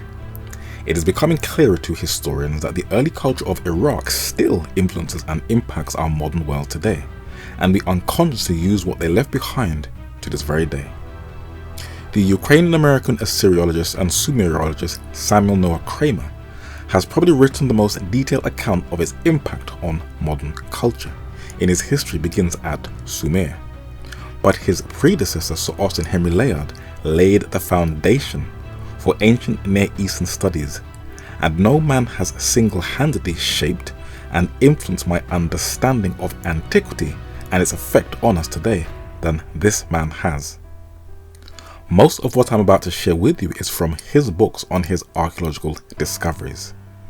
Knees and joints that connects pipes is traced to Iraq, with a set found in Iraq dated to 4000 BC. Our watches or clocks we use today count in 60 seconds and 60 minutes. This is from the early proto-cuneiform signs from the sexagesimal system dated to the 4th millennium BC. The canine, the mastiff, is being advertised as not necessarily a pet, but a good guard dog to protect your house and family. But this is not new. In the British Museum, you can see that they also use the mastiff as a guard dog. But in the Assyrian section, you can also see that it was also used for hunting. So this is only an ancient practice being reintroduced to the modern world. This Asian woman holds an umbrella in her hand, and when I was a lot younger, I used to love humming to the song I'm Singing in the Rain by Gene Kelly, where he dances with an umbrella in his hand. But where did this umbrella technology come from also? Known as a parasol, that in the ancient world more shielded you against the rays of the sun instead of the elements of the rain. Well, as everything we have is inherited, in the Greek section in the British Museum you can see a dignitary being shielded with an umbrella. But in the Assyrian section you can see where the Greeks and also the Medo-Persians inherited it from, the descendants of Ashur, who once dominated the Assyrian plains in Iraq in Western Asia, the Assyrian Empire. The Barbican Centre in the Barbican Estate in the City of London has a model of the city enclosed in a glass case, and the Babylonians also had maps and models of their city. It is just an inherited craft. St. Paul's Cathedral is also in the City of London, and it is huge. It was designed by Sir Christopher Wren, but this is also an inherited architectural school of design for the Babylonians, as can be seen of this artifact in the Ashmolean Museum, also mapped out in details the design of their temples.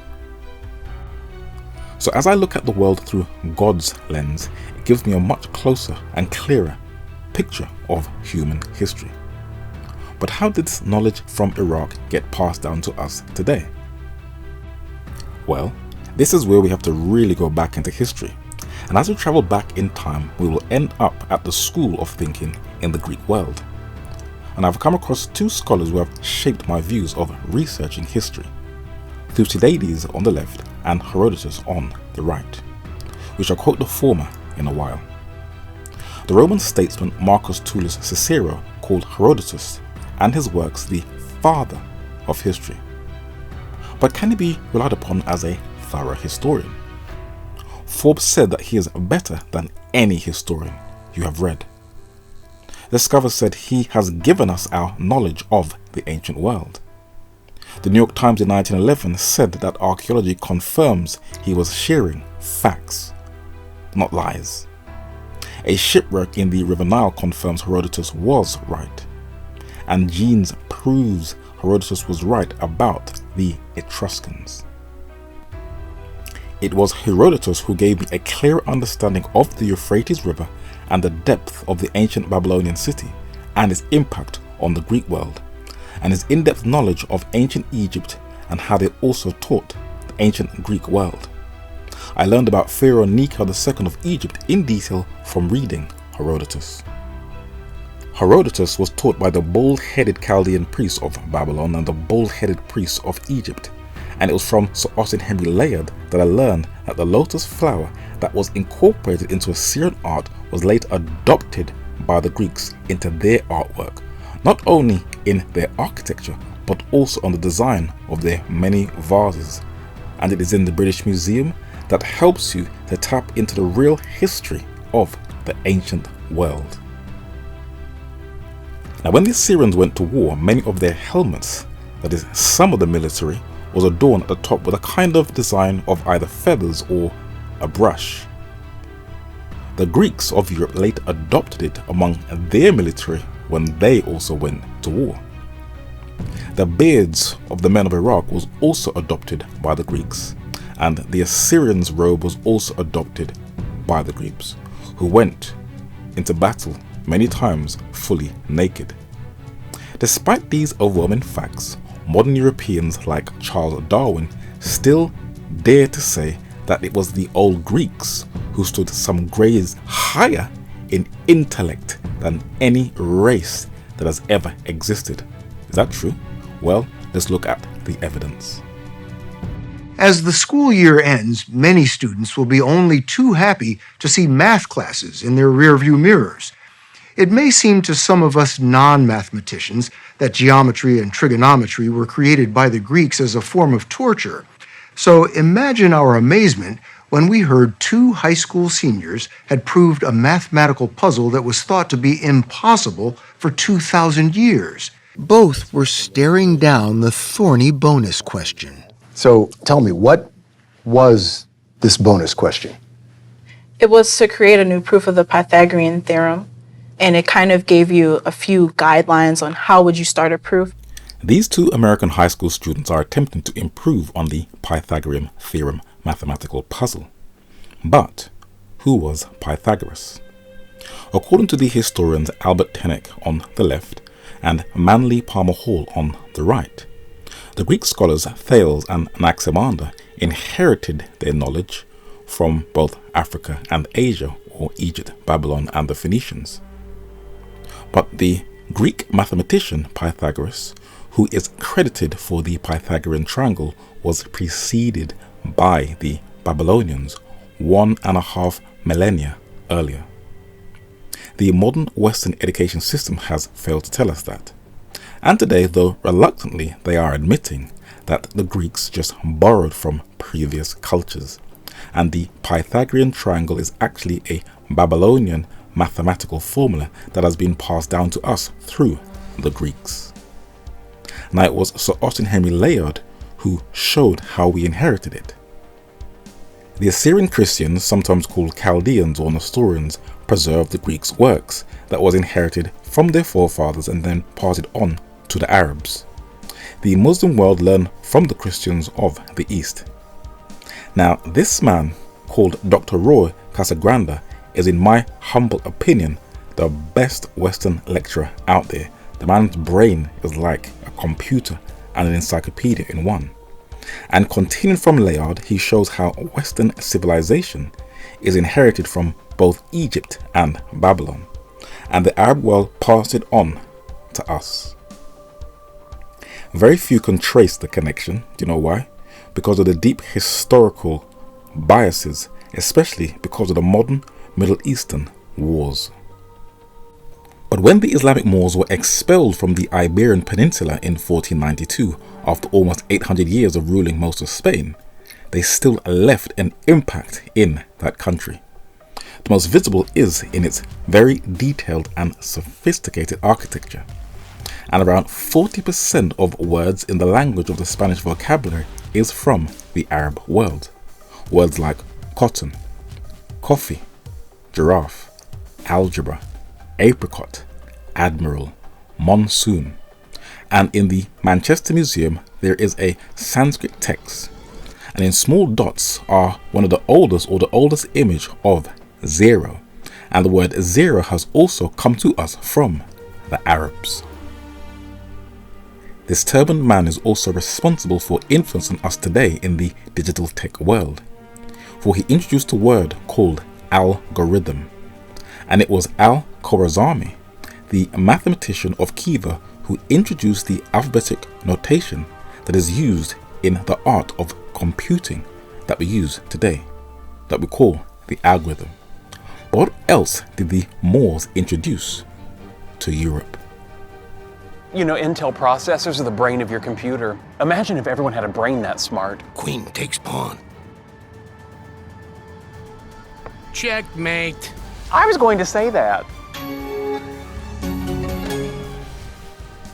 Now, the game chess is an international sport that takes some very serious brain power to master your opponent.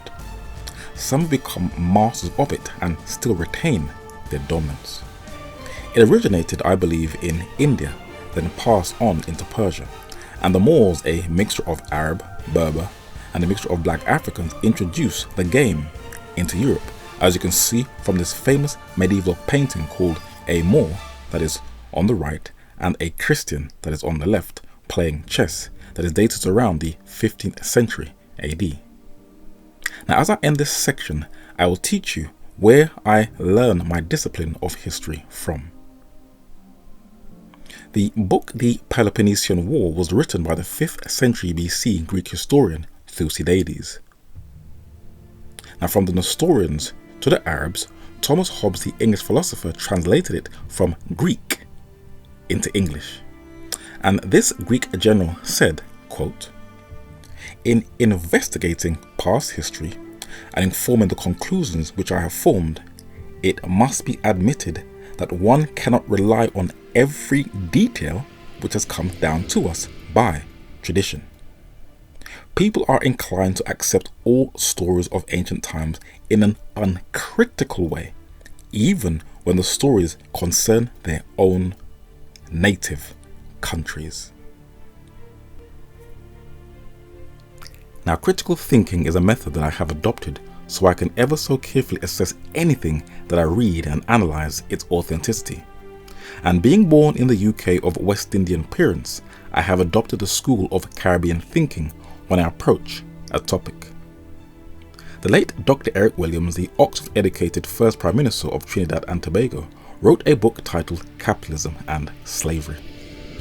Walter Rodney, the assassinated Guyanese historian, wrote a book titled A History of the Upper Guinea Coast. And Marcus Garvey, the Jamaican activist, also wrote a number of books. But what did all these three men have in common? All three of them spent hours of their time studying in the building that you have seen a number of artifacts from in this study, the British Museum, and they would have had their reading ticket.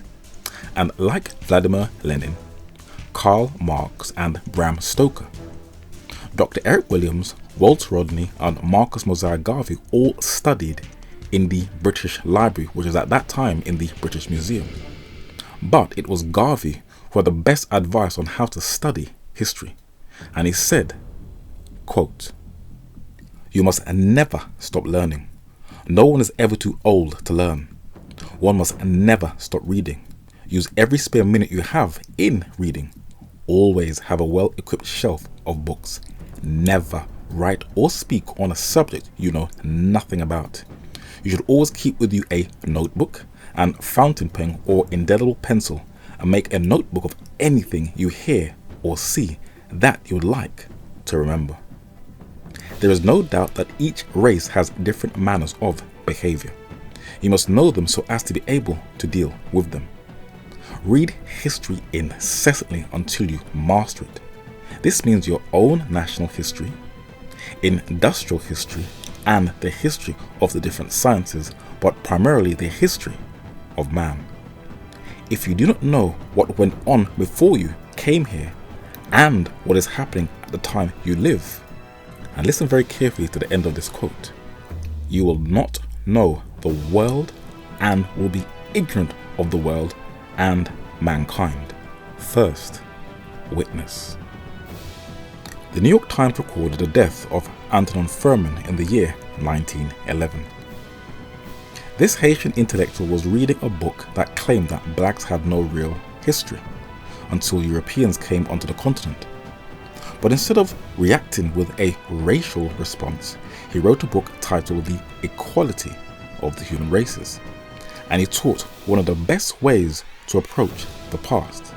And he said, quote, "History is there to remind the ignorant and forgetful of what? The truth. The truth may not be universally embraced, but it will slowly, but surely make its way. The truth is patient, for it is eternal." Now, science requires a more careful and methodical study of the facts. Each race contributes its stone to the construction of the edifice.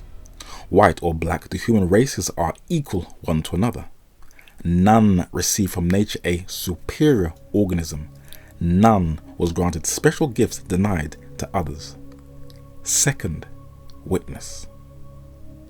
Now there is a shift in the atmosphere, and there are many in popular circles who have observed that the colonial idea is no longer dominating the thinking of the global masses, and they keep going on and on about the destruction of Western civilization. Now, who is actually responsible for the destruction of the West? Is it illegal immigrants? Well, listen to powerful figures in the political and intelligent world, and they'll openly tell you that it is their own fault. Their own words and their own recording of their criminal deeds. We're in grave geopolitical danger in the Western world today, and we've brought it on ourselves. I stood up in the European Parliament in 2014 and I said, and I quote, "There will be a war in Ukraine. We've provoked this war." The result is an absence of checks and balances in Russia and the decision of one man to launch a wholly unjustified and brutal invasion of of Ukraine. Iraq, anyway. May I start by saying that Iraq had nothing whatsoever to do with 9/11. Al-Qaeda in Iraq were inside Saddam Hussein's prisons, and the distortions that the Americans went to try and make a connection were disgraceful. On the other hand, our regime was very viciously against three major devils: the United States, Soviet Union, and Israel. So, in other words, American imperialism, Soviet social imperialism, and Jewish Zionism. So prominent political figures in the West admit that the West itself is the root of their own problems. But there is another reason why the West is declining.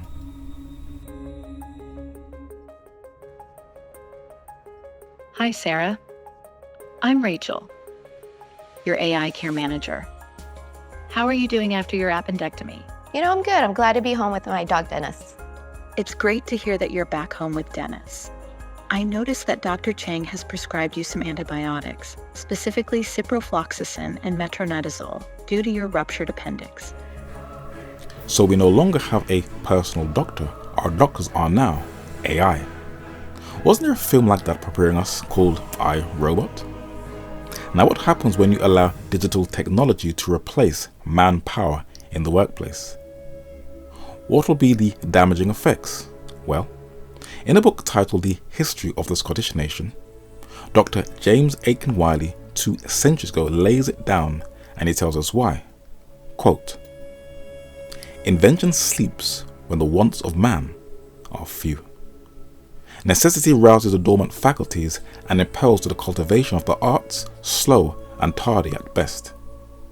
It is easier transforming a shepherd into a warrior, that is, to go to war, than training them into an artisan, that is, someone who has a skilled trade. The wild freedom of the hills is not easily cast off for the minute diligence and close application of the workshop." Now, the Western world has historically played the roles in films of other nations, especially those who historically have been closer to God, so they will look like a divine chosen people, especially people from Egypt in Africa and Jerusalem in the Levant.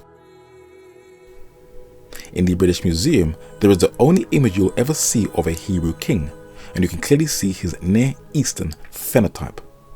And when you go through the Egyptian section, they have black hair and their skin tone is a reddy brown complexion, as they have depicted themselves in their own art.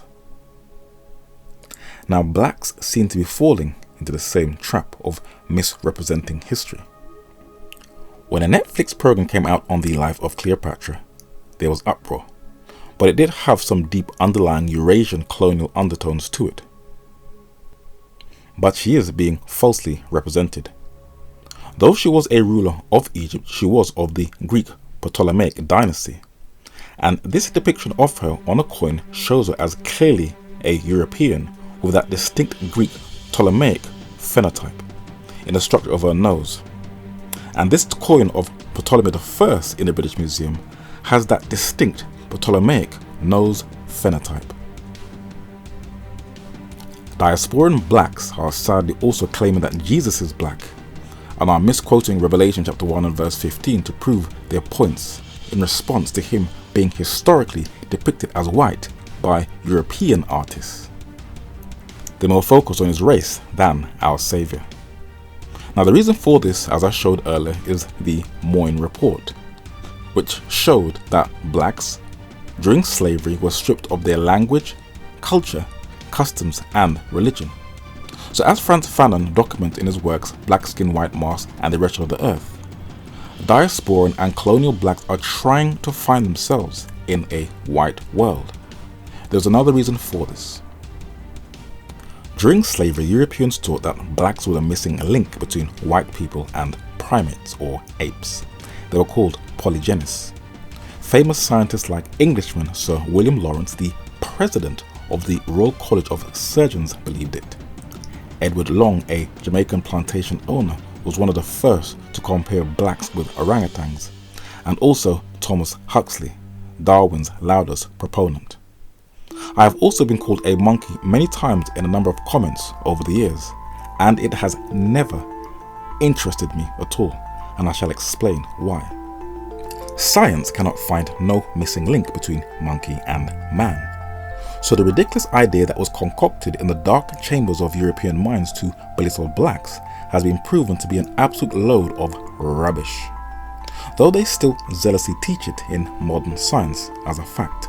Poor things. Now the late George Horace Gallup, the American who pioneered the technique of public opinion polling called the Gallup poll, said, "Take the human body alone.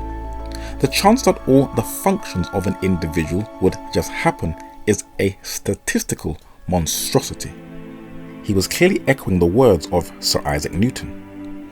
And when I go into the British Museum and see the artwork from Nigeria in West Africa, when the Portuguese came, they were not enslaving each other, as falsely claimed by modern European revisionists, but producing highly sophisticated levels of art in ivory and in metal. Though I respect the artwork, as I showed earlier in the study, I will not be following the paganistic practices which you can find around the world. So I know my history, I've never had any identity issues, and during this section of the study I have shown that all the races are equal. So I neither have a Eurocentric worldview nor an Afrocentric worldview, so I'm not no Afro-Saxon. But I'll say again, I have a godly, biblical worldview called Bereshith, which means in the beginning. I will now end this section and show the different mechanisms that shape the global economy. All of these geopolitical tensions seem to be boosting oil prices again. Live on oil, sleep on oil, eat on oil, which is unfortunate.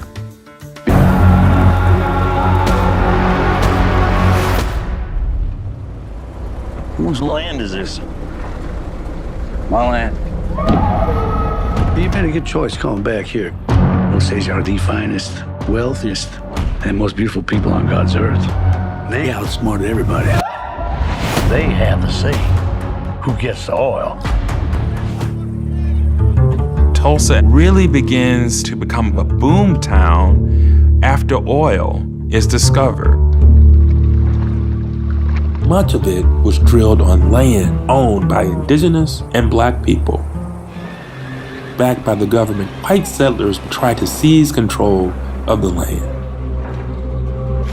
The British were the architects of the coup in a bid to prevent the first ever democratically elected Prime Minister of Iran, Mohammad Mossadegh, from renationalising Iran's massive oil reserves, which at the time were the exclusive preserve of BP. Indeed, they were the origin of the company's wealth. The Biden administration has reinstated oil sanctions on Venezuela. It says it's a response to President Nicolas Maduro's failure to adhere to pledges for fair elections. We go up for an aerial view with Major General Eric Hill, who commands the Special Operations Task Force across Syria and Iraq. U.S. troops now working to keep oil fields out of the hands of ISIS. The enduring defeat of ISIS mission that we have, the oil fields are contained inside of that. You brought up Iraq and something you said that could affect American troops in recent days. You said, we should have kept the oil, but okay, maybe we'll have another chance. What did you mean by that? Well, we should have kept the oil when we got out. And you know, it's very interesting. Had we taken the oil, you wouldn't have ISIS. Because they fuel themselves with the oil. That's where they got the money. So you believe we can go in and take the oil? We should have taken the oil. You wouldn't have ISIS if we took the oil. The question isn't whether he believes it. The question is why he believes he should break international law. On Bab el-Mandeb, the fourth biggest shipping choke point in the world by volume, 3.8 million barrels of oil and petrol pass through it per day. Its closure would divert tankers around the southern tip of Africa, adding to cost and delivery time. More importantly, Yemen shares a border with Saudi Arabia, the world's biggest exporter of crude oil. After the government collapsed, Saudi Arabia ordered airstrikes of rebel targets and deployed troops. While thousands of barrels of oil from Yemen aren't enough to disrupt the market, millions of barrels from Saudi Arabia would be a different matter. And robust revenue from oil has been one of the reasons why Russia has been able to stay in this game. I mean, they have one of the biggest budgets that coming out now with the defense budget up like 6% of GDP on defense spending. That is driven by robust oil revenue. And so from the standpoint of Ukraine, they're like, we're going to try to defund this machine. Libya has Africa's largest oil reserves. Oil exports are the primary source of income for the state. Warlord Khalifa Haftar controls most of the oil fields and ports. His parallel government in the east has threatened to close all oil production and exports. Libya's eastern government is threatening to stop all oil production and exports nationwide. It is the latest move in a struggle with its Tripoli-based rival for control of the central bank and the nation's energy riches. Libya produces about 1.2 million barrels of oil, which mostly is exported to European market, and it's mostly light oil. Iran's missile attack on Israel has oil prices spiking. The news that Iran had launched 180 ballistic missiles into Israel sent the oil price up 3% last night. As you can clearly see, wars have a powerful impact on the global financial market and economy, especially with the fluctuating prices of oil. But when you are filling up your vehicle to travel, most are unaware of the influence these petrochemical energy companies have in stirring up or masterminding these never-ending global conflicts that can disrupt a comfortable way of living, increase internally displaced people, and can create either religious animosity or can stir up underlying ethnic tensions that can lead to a huge toll and loss of innocent human life at a great cost that is sacrificed to enrich a small elite. Some heads of state's vast business portfolio and its GDP that helps to keep its economy afloat is as a result of its relations with other sovereign nations who depend on its oil and gas, like Vladimir Putin's Russia. But the game is a bit more complicated. While Putin is depicted by the West as public enemy number one, you do ask some questions. Why are the members of the boards of Russia's energy company and the head of a Western energy company sitting on the same panel doing business with each other? That's strange. And why is a major US defense investor having links to sanctioned Russian oligarchs, that is McKinsey & Co., who advises the US Pentagon but also works with Russian weapons dealers? And why is Russian oil flowing into the Pentagon in the United States? I thought that these two powers are enemies. Interesting. To understand this messy geopolitical game, I paid a visit to one of the headquarters of one of these geopolitical companies, the Royal Dutch Shell, that is based in central London. You cannot film the front entrance, for it is private property, but I did speak to a couple of the security guards, and they were very pleasant and down to earth and cool with me. but it has a bit of a nasty reputation, where it has ships named after, or I should say a ship named after, a renowned Nazi war criminal. It has fully collaborated with the South African apartheid regime and government. And when I have spoken to Nigerians, they said their governments are corrupt, but Shell has been instrumental in stoking the hostilities between the Muslim North and the Christian South. That goes back to the Biafran Nigerian Civil War, where recent evidence has shown that British Prime Minister Harold Wilson played a role, and recent declassified documents have shown in Haaretz, the Israeli newspaper, that Israel also stirred the conflict by supplying arms to both sides. Very, very interesting. Now, in St. James's Square in central London is also the headquarters of the petroleum company that is called BP. Now, how did that company come into being? Well, I paid a visit to a very big house in a well-to-do area in Stanmore in northwest London. This was an area where I first went to college. And outside this huge mansion that has now been turned into apartments, it has the name of a man called William Knox Darcy. Now, who is he? He was a British-Australian businessman and one of the founders of the petrochemical industry in Iran in Western Asia. When oil and gas was found in Iran under his watch, they named the company the Anglo-Persian Oil Company. It later turned into BP, or British Petroleum. It was a company that helped shape the modern petrochemical industry and was instrumental in oiling the ships in World War I. But there were other players also involved in the oil industry, like American businessman John Davison Rockefeller, who founded the Standard Oil Company, and Dutchman Sir Henry Detting, who joined forces with the shrewd businessman Marcus Samuel, a stocky short Jew from East London's Whitechapel, who had Rothschild connections that formed the Royal Dutch Shell. Now, it was Marcus Samuel who was the man that introduced to the world the oil tanker business that uses ships to transfer oil. And as you can see today, these oil tankers that pass through the Red Sea are being hijacked by the Yemeni Houthis with Russian and Chinese approval. This is how the game is. Men from early knew how powerful oil would become in the world. For the 30th US President Calvin Coolidge said that it is even probable that the supremacy of nations may be determined by the possession of available petroleum and its products. Today, there are many films that are kind of glorifying that global bloodbath called World War I. The capitalist narrative sold to the public is that it was a war to save civilization. But Vladimir Lenin, in his Imperialism, the highest stage in capitalism, said it was a war over European sovereigns trying to control each other's territory. And West Indian American Hubert Harrison, in his When Africa Awakes, said World War I was also about the European powers exploiting the natural resources of the African continent. Were these two men right? Well, the History Channel has confirmed what these two men have said, that it was about imperialism, and many of the powers in World War I were competitive in overtaking territories in Europe and Africa.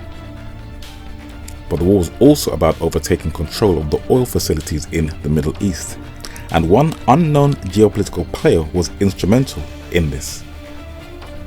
Everything I'm about to share with you is documented in these three books: The Most Powerful Man in the World about Sir Henry Detting, Marcus Samuel, 1st Viscount Bursted and founder of Shell, and the more recent book, Mr. 5%. Now, the New York Times did an obituary in July 1955 of the Ottoman Armenian entrepreneur Kulus Gulbenkian, who on his death was titled the richest man in the world. Educated in London's College in Engineering at 19, this man was a power broker who not only founded Partex Oil and Gas, but after World War I he allowed deals for Germany's Deutsche Bank, America's ExxonMobil, France's Total, Britain's BP and the Anglo-Dutch Shell to drill for oil in Iraq within the Ottoman Empire. And when George Bush Jr. addressed the world in 2003 about invading Iraq, he was speaking on behalf of the oil companies that they would have a share of the spoils of Iraq's oil at the cost of the lives of many innocent people. And how much revenue do these companies make from war? The Guardian has documented that since the invasion of the Ukraine, they have made $281 billion in profit from the war. Don't forget that oil is the lifeblood and poison of the global economy, and global conflicts' root causes are usually over energy resources. Most of Hitler's oil imports were from Rockefeller's Standard Oil. When Hitler invaded Russia, it was, guess what, for oil. The Japanese Pearl Harbor attack was over oil also. The US has always had a monopoly on Saudi oil. The Iranian MI6 CIA coup was all about the oil. The historical conflict in Yemen is also about the oil. Tulsa was known as the oil capital, and the destruction of the Black Wall Street was over, guess what? The oil. The Osage tribe in America were once the richest people in the world for their oil fields, but also in Oklahoma, like the Black Wall Street, they were killed for, guess what? Their oil. The same struggle continues for other Native American tribes today. Brexit affected the oil and gas industry. The conflict between Guyana and Venezuela, which is now settled, is over the oil and gas. The Sudan has the highest internally displaced people in the world, and it's, guess what? Over the oil.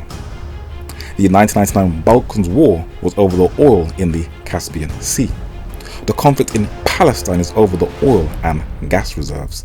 The battle in Ukraine is over its mineral and energy wealth, for the struggle is over its oil and gas pipeline.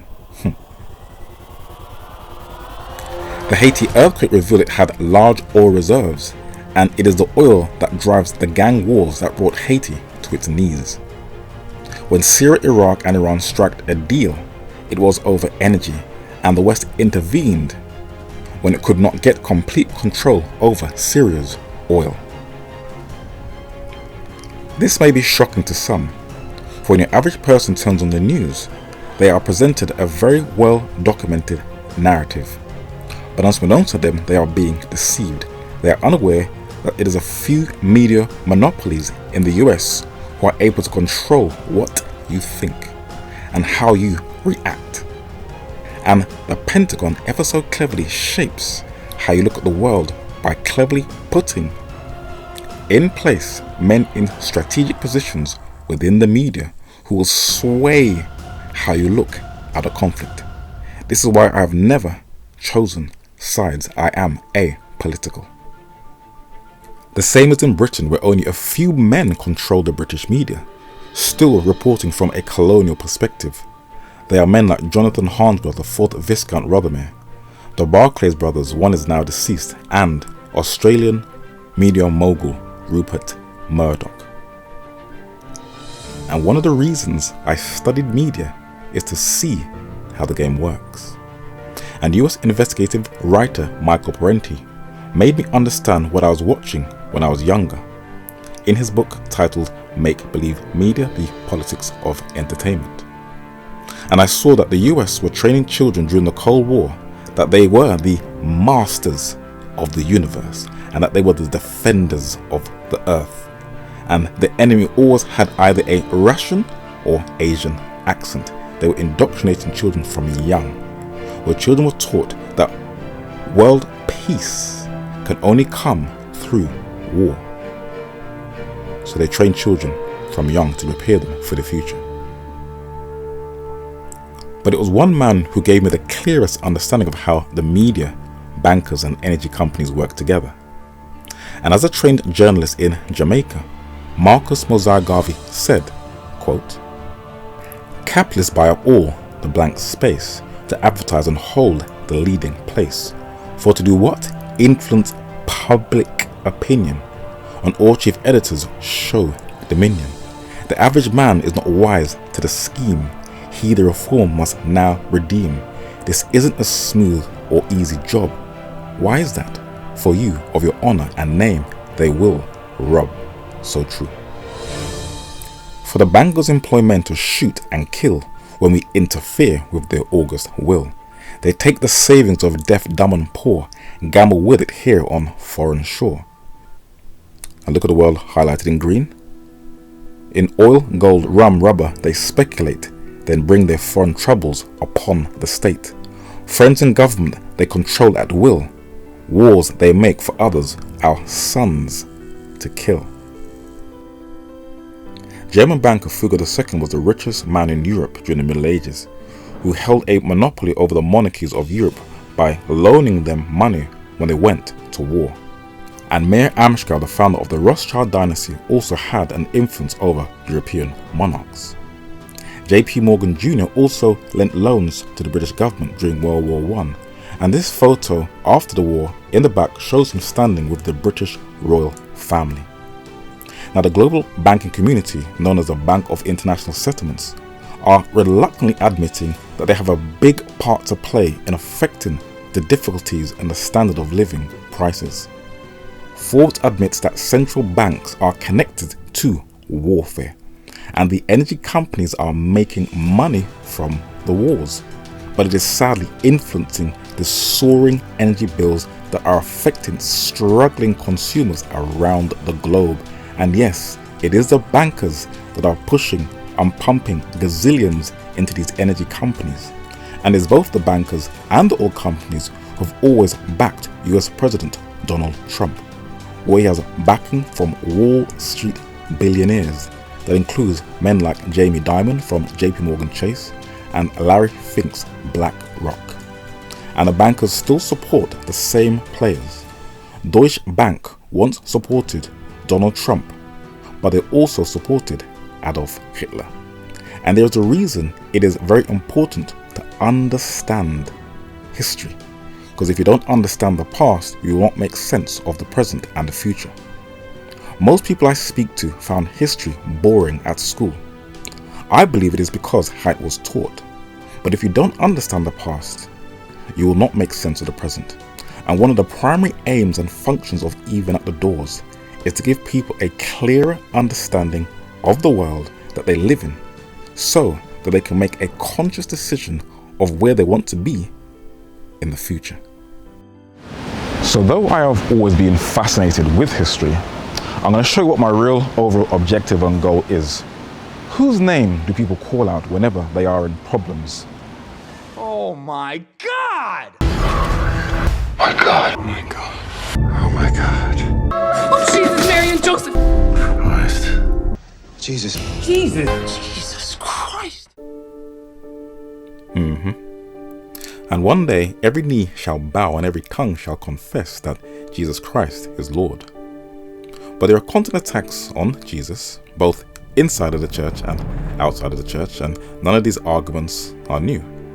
And the Exodus is also being challenged whether it is authentic or not. Now, these arguments are not new, but when I carefully look online and I'm seeing people who do not do research in what they see or read and are being swayed, and you are hearing absolutely ridiculous arguments like Moses was high on hallucinogenic drugs when he received the 10 Commandments by an Israeli psychology professor. So what, was Moses smoking weed or he was taking ayahuasca? Foolishness. Was this person there, or do eyewitnesses' accounts verify his bogus claims? And US and Israeli scientists claim that Jesus was walking on ice, not water, as I've shared in previous studies. Oh boy. Okay. Let's go to the archive that has preserved human history and the real scholars of old who have intelligently defended the faith against higher critics. In 1951, the New York Times recorded the death of Abraham Yehuda, an expert on the Bible, an Orientalist and lecturer who was professor at the New School for Social Research Studies. Now, Abraham Yehuda was a Palestinian Jew who was born within the Ottoman Empire, whose family were from Baghdad, Iraq. He had a Western education in the University of Berlin in Germany and in the University of Madrid in Spain, and became a member of the New School for Social Research in New York City in the United States of America. As a polymath, linguist and teacher, he was skilled in Arabic, Phoenician and Hebrew, and he learned Egyptology from the writings of English historians like Sir William Flinders Petrie on the left, Sir Ernest Alfred Wallace Budge on the right, and Sir John Gardner Wilkinson in the centre and the bottom. And he found something very interesting when he would read both Genesis and Exodus in the original language. He discovered words in the text that can only be found in Egypt and among the Arab community in the Sinai Peninsula. Now, how did these words get in Genesis and Exodus without a people passing through these places? So he wrote a book titled The Accuracy of the Bible, the stories of Joseph, the Exodus, and Genesis confirmed and illustrated by Egyptian monuments and language. And this linguist said, quote, "But archaeology without the study of the languages concerned cannot take us very far.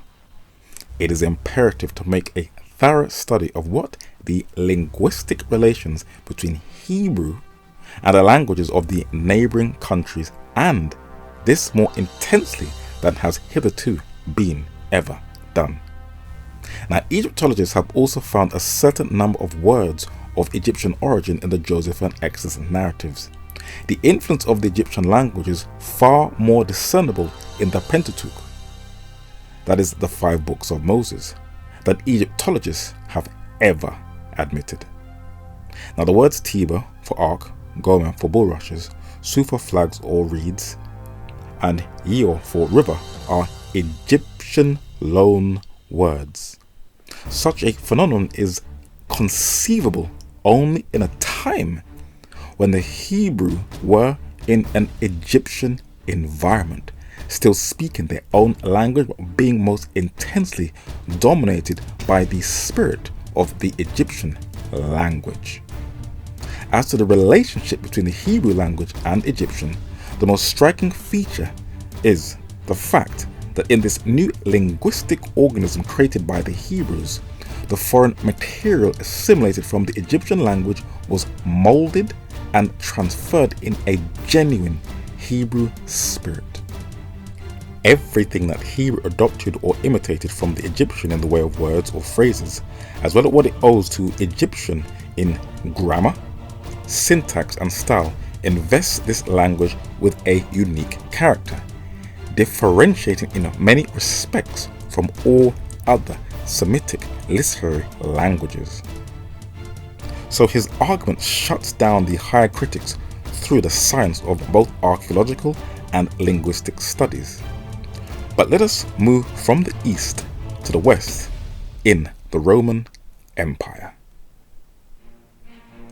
Now, our knowledge of the Roman Empire has come down to us through contemporary writers of that time like Julius Caesar in his Gallic Wars, Cicero, Tacitus, Pliny the Elder, and Flavius Josephus. And it was through the writings of these men that we have a knowledge via archaeology of Augustus Caesar, Claudius Caesar, and Tiberius Caesar. And this artifact has engraved in Latin the names Tiberius Caesar and the Roman ruler Pilate. Now, in the British Museum, you have artifacts of the Roman or Latin language, the Greek language, and the Hebrew language. This is an artifact in the British Museum with both the Greek and the Phoenician inscriptions. Now, Herodotus tells us that the Phoenicians introduced this alphabet to the Greeks, that you can see if you read Psalms 119, which is divided into the 22 continents. Now, it was Sir Austin Henry Layard, Dr. J. A. Wiley, and Joseph Angus, all from Britain, who said the ancient languages are the keys to understanding the past. And this knowledge of philology studies has come down to us just from the studying the life of Jesus. I will explain. In John chapter 19 verses 19 and 20, just by studying Jesus alone, we get a knowledge of ancient languages, the Hebrew, the Greek, and the Latin.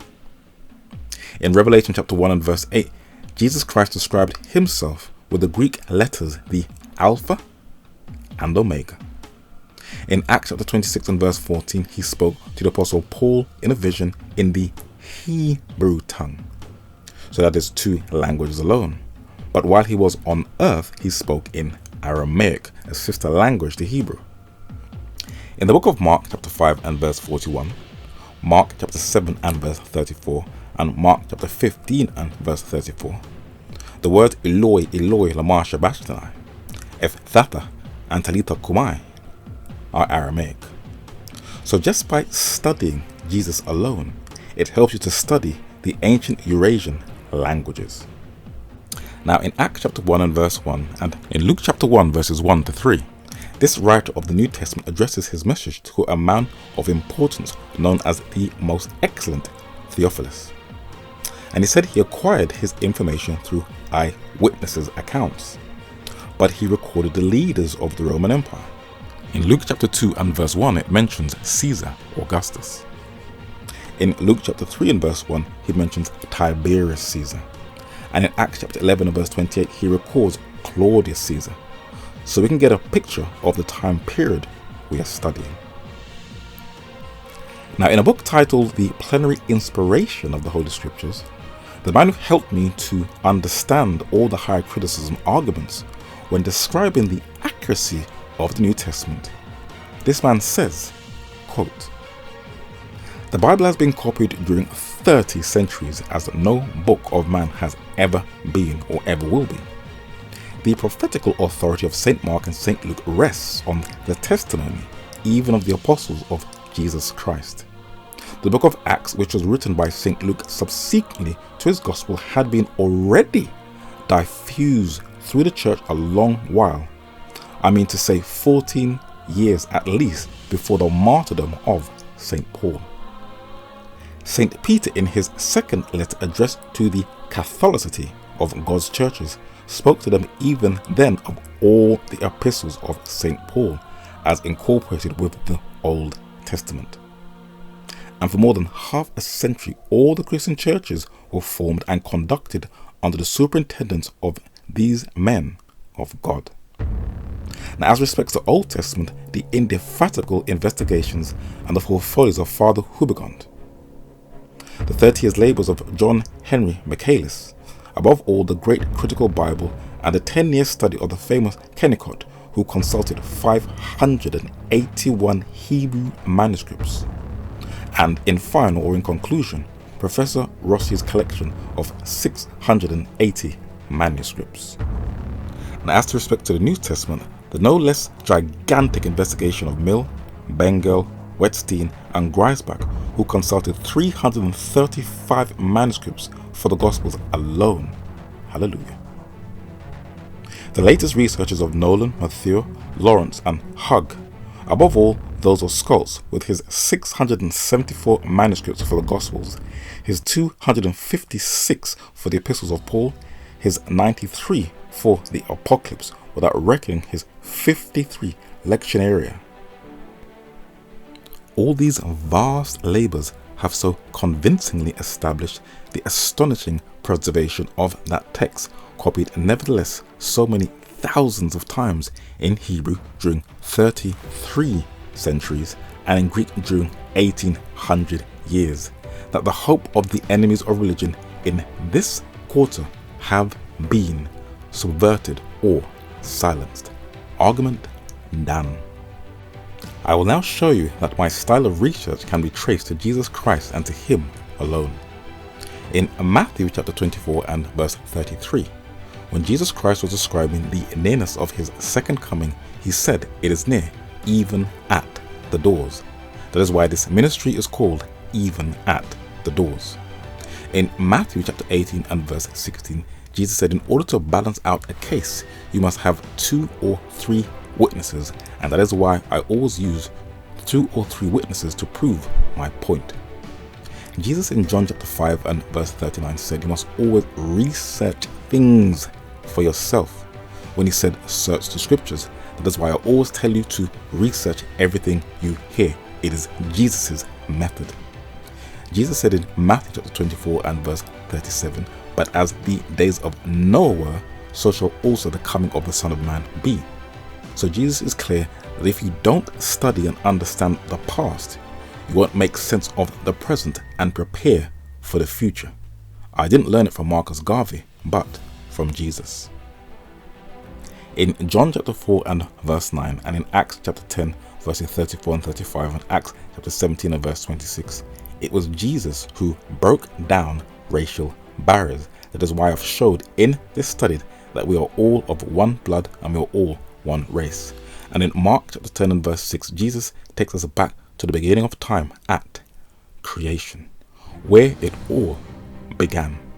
And one of the overall aims of Even at the Doors is Bereshith, in the beginning, to show man that he has a purpose of being here, not to promote any institution or dogmatic churchianity, but to show that despite all the confusion and the hopelessness that you see all around us each day, there is a God in heaven who is offering you an eternal place to be with him forever.